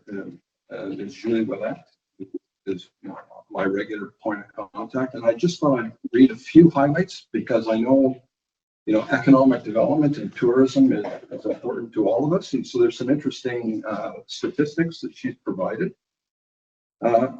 Under the banner of summer recap, the estimated visitation from May to August of this year stands at just shy of 220,000 people, which is slightly above the 5-year average of 217,000. Overall park camping from May to August has recorded just shy of 40,000 site nights camped, an increase from last year's just over 37,000. And the figure for this year is comparable to the same period in 2019 of 39,200 and 2022 of just shy of 41,000. So it's quite good, really, in terms of visitation and use. The Point Wolf Campground, as an example, hosted just over 8,200 nights of camping, which is consistent with the last 2 years. And it's now closed, by the way. And the Fundy National Park pool was well used this summer. It's just recently closed this past weekend, or really yesterday or today maybe.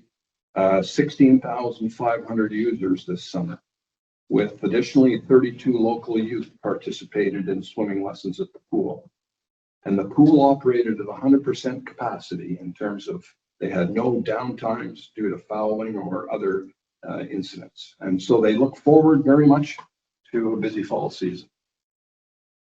Okay, I'd say it's encouraging in terms of those stats for our tourism for 2024. Okay, thank you. Councillor Land. Yes, I'd like to thank Linda for making sure that tender for Golf Club Road did get out. I've been kind of a past on you for that, but thank you for getting that ball forward. I would love to take responsibility for that. However, Mayor Rochon did a lot of the work on that, as well as Globe, our engineering partners. But yes, it's good to see it out for sure. Paul's comment, all the good stuff behind it. Also, I did see a date on the bill, which is the first week of October. The first week of October, first 2 weeks of October is their construction schedule with there. So there may be some anticipated delays in traffic during that time. I hope that everybody's patient to get that road fixed, but yes, that's their proposed plan, right? Also, just to say thank you to staff at Spoonful and Hills Road. The numbers are up. I don't have the numbers, but there's a lot of kids that got out by and they're very regular. Everything was very professional this year and very clean. Everything was great. So I just want to say thank you for that. And thank you for Public Works. Took a drive to the county the other day. All 3 municipalities look very well improved. And I just want to say thank you. Thank you. I'll extend that to them. Thank you. Councillor Ward Russell. Just a few things tonight. I just want to acknowledge and thank our admin team for involving Laura Carter in the rotation for the council meetings. So it's great to see that continue to happen. Also, many thanks to the residents who continue to show up and show interest in how the information is impacting them. I also want to acknowledge that I did receive quite a few correspondence regarding the survey, so I'll leave it at that. Need to recognize that, or I need to also recognize that I acknowledge the many calls, emails that I've received pertaining to DTI with regards to the area, the upkeep that is needed tremendously. I'm glad to share that there was an email I received today from the DTI top engineer that says that staff will be back into Lower Carville late this week, weather depending. So keep a close eye on that. Two last things, I'd just like to confirm that the light on Baxter and Route 114, the request for that to be fixed has been sent in. And finally, to remind everybody that school started and school buses are out and about in the mornings and the afternoons, so keep an eye on those. Thank you. Thank you, Councillor. From my perspective, just as an update on the Golf Club Road, it's already been mentioned, the tender for the replacement of the culvert on the Golf Club Road, which is being managed by Anglo Engineering, was published on the New Brunswick Opportunities Network website on August 30th with a closing date of September 16th. So we're hopeful that things will get rolling along and that we'll have a number of bidders on that proposal. On the Southeast Regional Service Commission, I attended a meeting of the Southeast Regional Service Commission Board of Directors on August 27th. I presented a report by the Finance and Budget Committee as the chairperson with a recommendation by the committee to recommend the 2025 operational and capital budgets for the commission. The budget, which will see an overall reduction in cost for mandated and non-mandated services, excluding regional solid waste collection, of minus 0.14%. It's not much, but it's still a slight reduction instead of an increase. Solid waste collection for Fundy Albert will amount to $565,899.69 for all of Fundy Albert for the 2025 calendar year as a result of the regional solid waste collection agreement. This amount will be paid to the Regional Service Commission and will replace the amounts various solid waste collection contracts that Fundy Albert previously had with some of the contractors, as well as those associated with the collection of solid waste by our employees in 2 of our municipalities with the use of our own equipment. The new arrangement will begin on February 1st and will be managed by the Regional Service Commission. Mobile Eco Depot services will continue as before. There will no longer be any heavy collection days throughout the year in any of the municipality.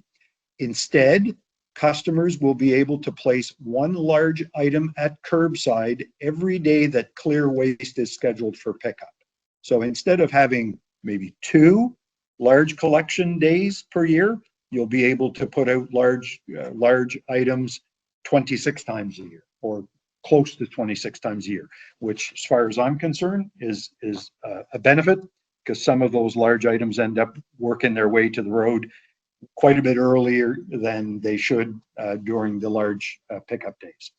The Southeast Regional Service Commission will embark on an information and education campaign prior to actual implementation.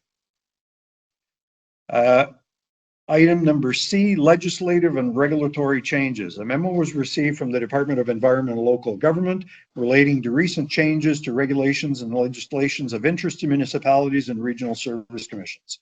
In particular, for municipalities, these relate to the minister's ability to repeal or amend a municipality's bylaw in certain circumstances. The minimum requirements for a municipality's code of conduct bylaw and the fees and expenses that can be levied against the municipality for work done by the commission in relation to investigations, audits, supervision, and other matters. I would recommend members of council read these and familiarize themselves with these changes. I looked at them briefly and there doesn't appear to be a whole lot of change there, but you should read them and look at the Commission Act to familiarize yourself with those specifics. That is all I have to report for this evening. Moving on to item number 11, which is notice of motions and resolutions. So at the regular meeting of August 6th, council adopted a resolution to consider making changes to the proposed consolidation of the Fundy Albert Rural Plan. That motion was amended to postpone a further public hearing to a future date. The motion to amend the motion was not dealt with appropriately. As a result, a motion to rescind the original motion along with the amendment is required. Then a proposed new motion would be in order that includes the postponement of the public hearing with the addition of striking an ad hoc committee whose role it would be to consider the changes suggested during the public hearing process. So I would need someone to rescind that previous motion that was adopted on August 6th. So a simple motion to rescind the previous motion that was adopted for the Fundy Rural Plan on August 6th. Simple as the one that was given to us. That was the motion that was given to you. You can read the entire thing and move that you rescind the entire thing. Whereas Fundy Albert is proposing to adopt bylaw 2024-07 Fundy Albert Rural Plan in order to consolidate the former rural plans for the Village of Alma, Village of Riverside Albert, Village of Hillsborough, Westmoreland Albert planning areas. Whereas the proposed rural plan was referred to the Planning Review and Adjustment Committee and public hearing was held July 25th, 2024. Whereas council is considering changes to the proposed rural plan in order to consider comments and concerns brought forward at the hearing. Be it resolved that the second public hearing to consider changes to the proposed bylaw be scheduled for Thursday, September 26, 2024 at 6:30 p.m. at the Hillsborough Quantum Center, and the rural plan bylaw 2024-07 referred to as Southeast Planning Adjustment Committee for its written reviews on proposed changes. It was moved by Deputy Mayor Arrow and seconded by Councillor Lang that an amendment be made to postpone the public hearing to a future date. So you're moving to rescind that? Correct. Correct. Is there a seconder on that motion? Seconded by Councillor Coates. Any discussion on the motion? Just as a point of clarification, the reason that it was not appropriate was that the motion to amend should have been adopted prior to the overall motion being adopted. So the motion to amend would have needed to be adopted first, then the adopted motion adopted by council, which did not happen. So for that reason, it's being rescinded. Any other comments or questions? Or the motion is that we rescind that motion. Any other questions? If not, all in favor of the motion to rescind, signify by stating aye. Opposed, if any? The motion's adopted unanimously. If someone would read the new resolution, please. Whereas Fundy Albert is proposing to adopt a bylaw 2024-07 Fundy Albert Rural Plan in order to consolidate the former rural plans for the Village of Alma, the Village of Riverside Albert, the Village of Hillsborough, and Westmoreland Albert planning area. And whereas the proposed rural plan was referred to a Planning Review and Adjustment Committee and a public hearing was held July 25th, 2024. And whereas council is considering changes to the proposed rural plan in order to consider comments and concerns brought forward, be it resolved that a second public hearing to consider changes to the proposed bylaw be scheduled at a future date. Be it resolved that the Council of Fundy Albert appoints an ad hoc committee comprised of elected members of council and constituents to consider comments and concerns brought forward. Be it resolved that any future amendments proposed to the proposed bylaw, rural plan bylaw 2024-07 be referred to Southeast Planning Adjustment Committee for its written reviews on proposed changes. So moved by Councillor Elderkin. Is there a seconder on that motion? Seconded by Deputy Mayor Arrow. Any questions on the motion? No question. So you'll see the motion that was proposed was only referring to the concerns brought forward at the public hearing. I think it's important to hear all the concerns that come forward and not limit it to the ones that just went to the public hearing. Thank you. Any other, so will you be supporting that motion? Yes. Any other comments? Deputy Mayor. So I agree with Councillor Elderkin that it's important that we would probably have to amend this motion really to make it clear that what we would be considering are comments and concerns that were brought forward during the process surrounding the public hearing. In order And to, the- just, I'll stop you. In order to make an amendment, you have to be specific in terms of, I would substitute these words for this word, or I would add this in this location. Very well. I will do that. So for the first paragraph, whereas, I would leave it as is. The second paragraph, whereas, I would leave it as is. Just go specifically to where you would like to change and amend, please. Okay, the third whereas is whereas, this is my proposed amendment, whereas council is considering changes to the proposed rural plan in order to consider comments and concerns brought forward by the public, period. So by inserting the words by the public, Yes, that's your proposed amendment. that's the first part of it. Point of clarification. To remove at the public hearing and That's already been replace done. with. It was never read into the motion. Be it resolved that a second public hearing to consider changes to the proposed bylaw be scheduled at a future date, that's fine. Be it further resolved that the Council of Fundy Albert, I have a question here because it's not clear whether this wording where it says appoints an ad hoc committee, is that happening with this wording?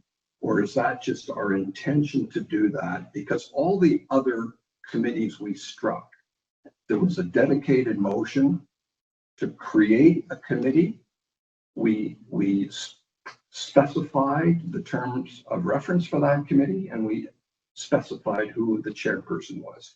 Is that something that's coming at a further resolution or is that intended to be here? That was one of my questions afterwards, Deputy Mayor, but if you have an amendment to make, please specify the amendment. But be it further resolved that the Council of Fundy Albert intends to create an ad hoc committee comprised of elected members of council and constituents to consider comments and concerns brought forward by the public. And lastly, So, no, let's go back. We need to make sure that the motion is correct, word for word. So that the Council of Fundy Albert intends to appoint, create. We So you create would- committees, I believe. The law allows us to create committees, ad hoc committees. If it's an ad hoc committee, I think we recognize that. And it will be comprised of elected members of council and constituents. We've not yet elected a chairperson. And its mandate will be to consider comments and concerns brought forward by the public. So your motion, your amendment would further state, would strike appoints and replace it with intends to create. And then later, the words at the public hearing have already not been read into the motion, but you would add by the public. Yeah, so it's not saying. Well, words matter in a motion. That's right. Thank you. I'm amending what was already said.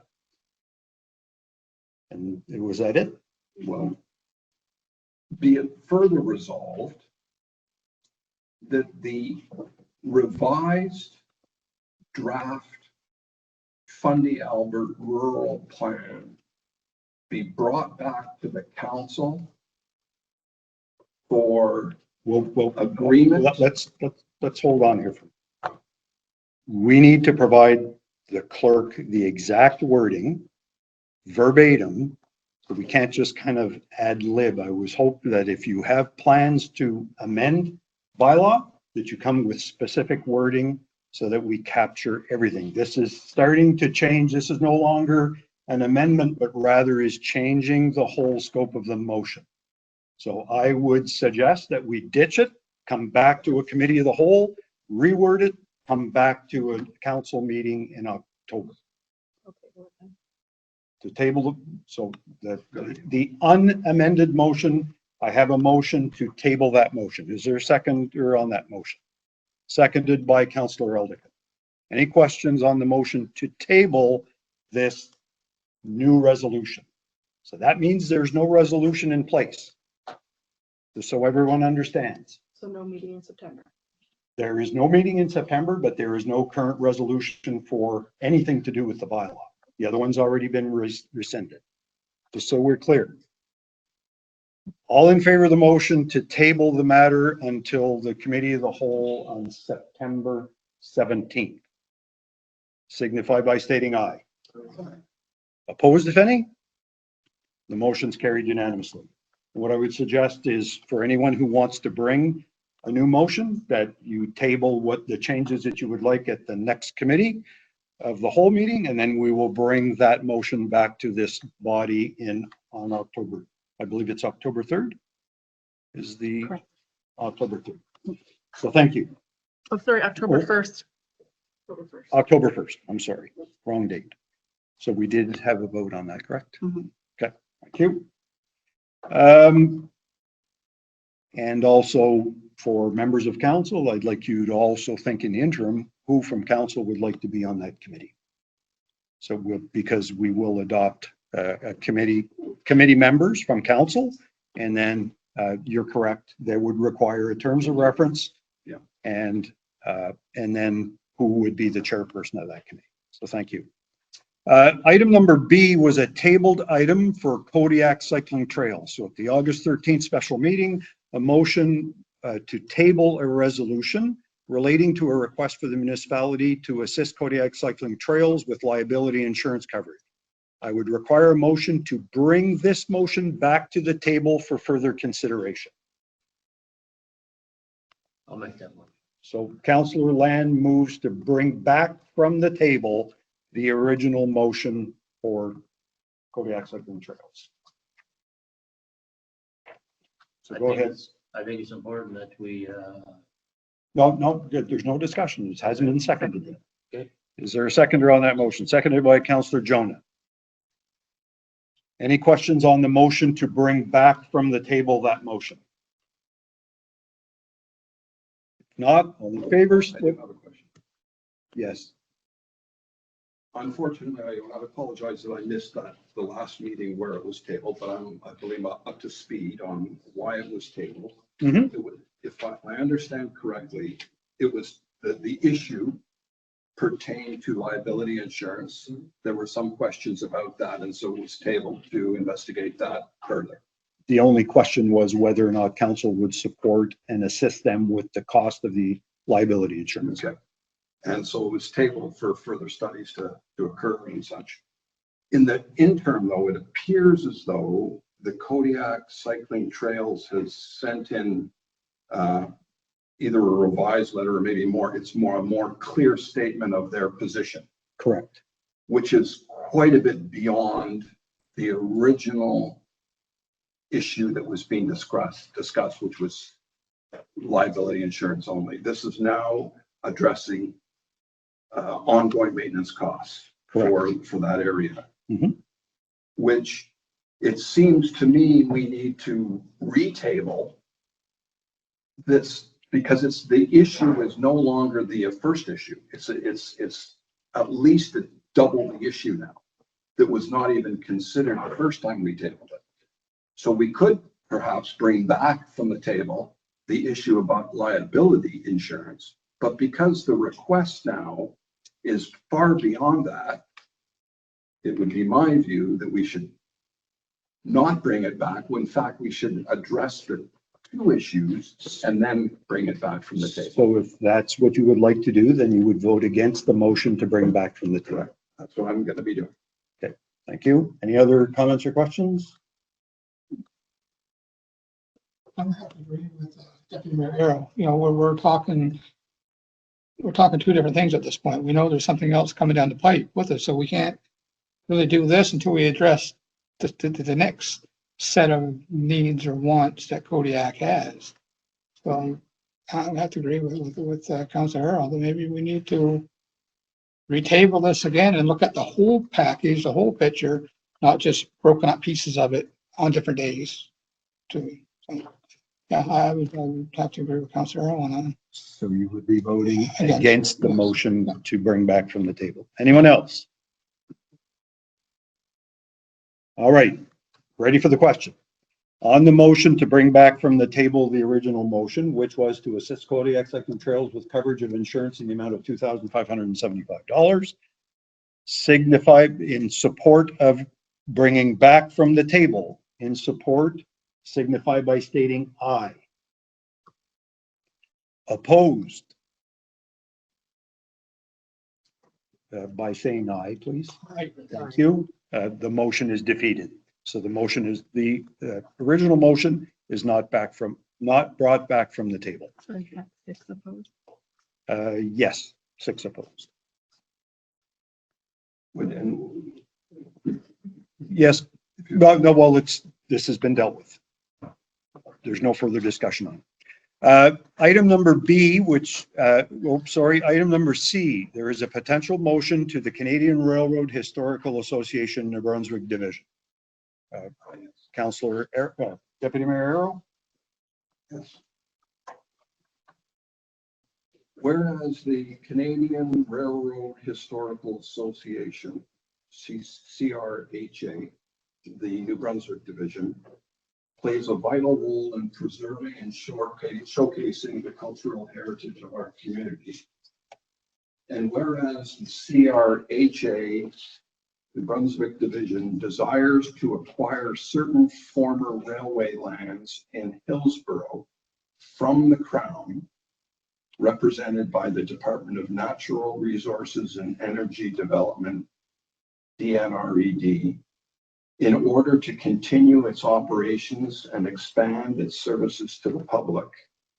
And whereas DNRED has requested that the Village of Fundy Albert assist in the conveyance process by acting as an intermediary, and whereas a motion carried unanimously at the regular council meeting of June 6, 2023, that the Village of Fundy Albert begins the legal process to release the NB Railway Museum from any financial obligations related to the mortgage signed by the former municipality of Hillsborough for the replica train station, and to surrender to DNRED its lease for land occupied by the replica train station, be it resolved that the Council of Fundy Albert hereby declares its intention and willingness to act as an intermediary to facilitate the land title conveyance between the Crown, represented by DNRED, and the CRHA NB Division for certain former railway lands in Hillsborough.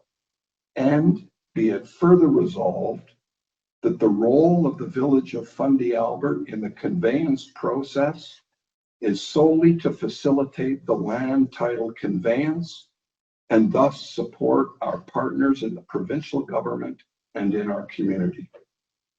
So moved by Councillor Arrow, or Deputy Mayor Arrow, sorry. Is there a seconder on that motion?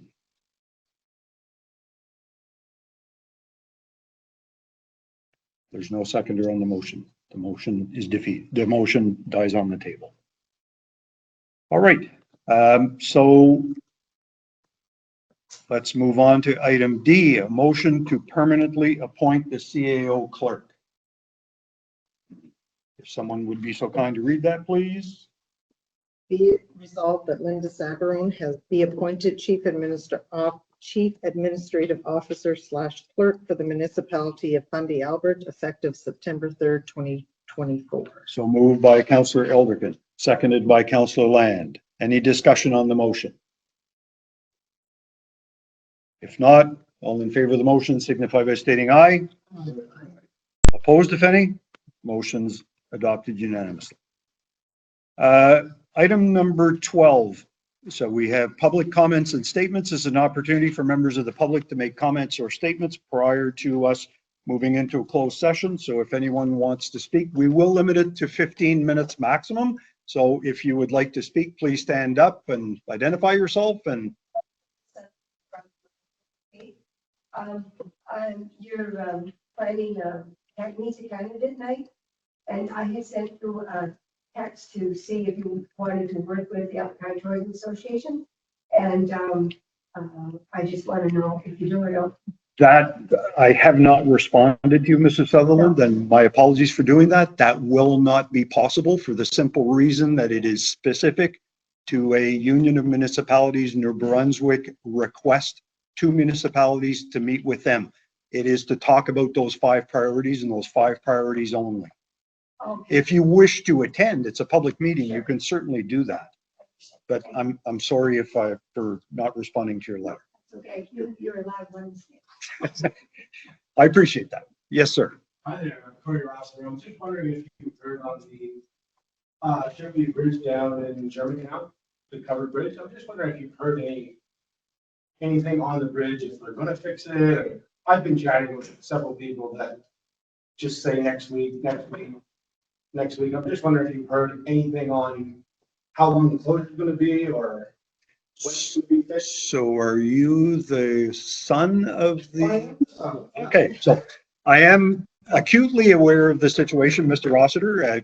I've sent I believe I've corresponded with your sibling yeah. about the visit that I've had. I've had 2 visits, one with both of your parents and then secondly with your father with the MLA. We were there last week. I have not gotten an update in terms of the consultant's report on the state of the covered bridge, but we are, as I mentioned to your sister, I will be monitoring developments on that particular file closely. And Mrs. Wilson informed me that she would let me know when she got the copy of that report. So long story made short, don't have much of an update for you. Okay. Thank you. But you can rest assured that I'm monitoring. Thanks. Thank you. Anyone else? If not, we do have a number of closed session items. So we do have one for a section 68(1)J of the Local Governance Act, labor and employment matters, including negotiation of collective agreements. And the second one, item number 13B, which would be section 68(1)D of the Local Governance Act, acquisition or disposition of land. So I will accept a motion to move into a closed session. So moved by Councillor Elderkin, seconded by Councillor Land. Any discussion on the motion? Not, all in favor signify by stating aye. Opposed, if any? Motion's carried. Thank you very much for attending.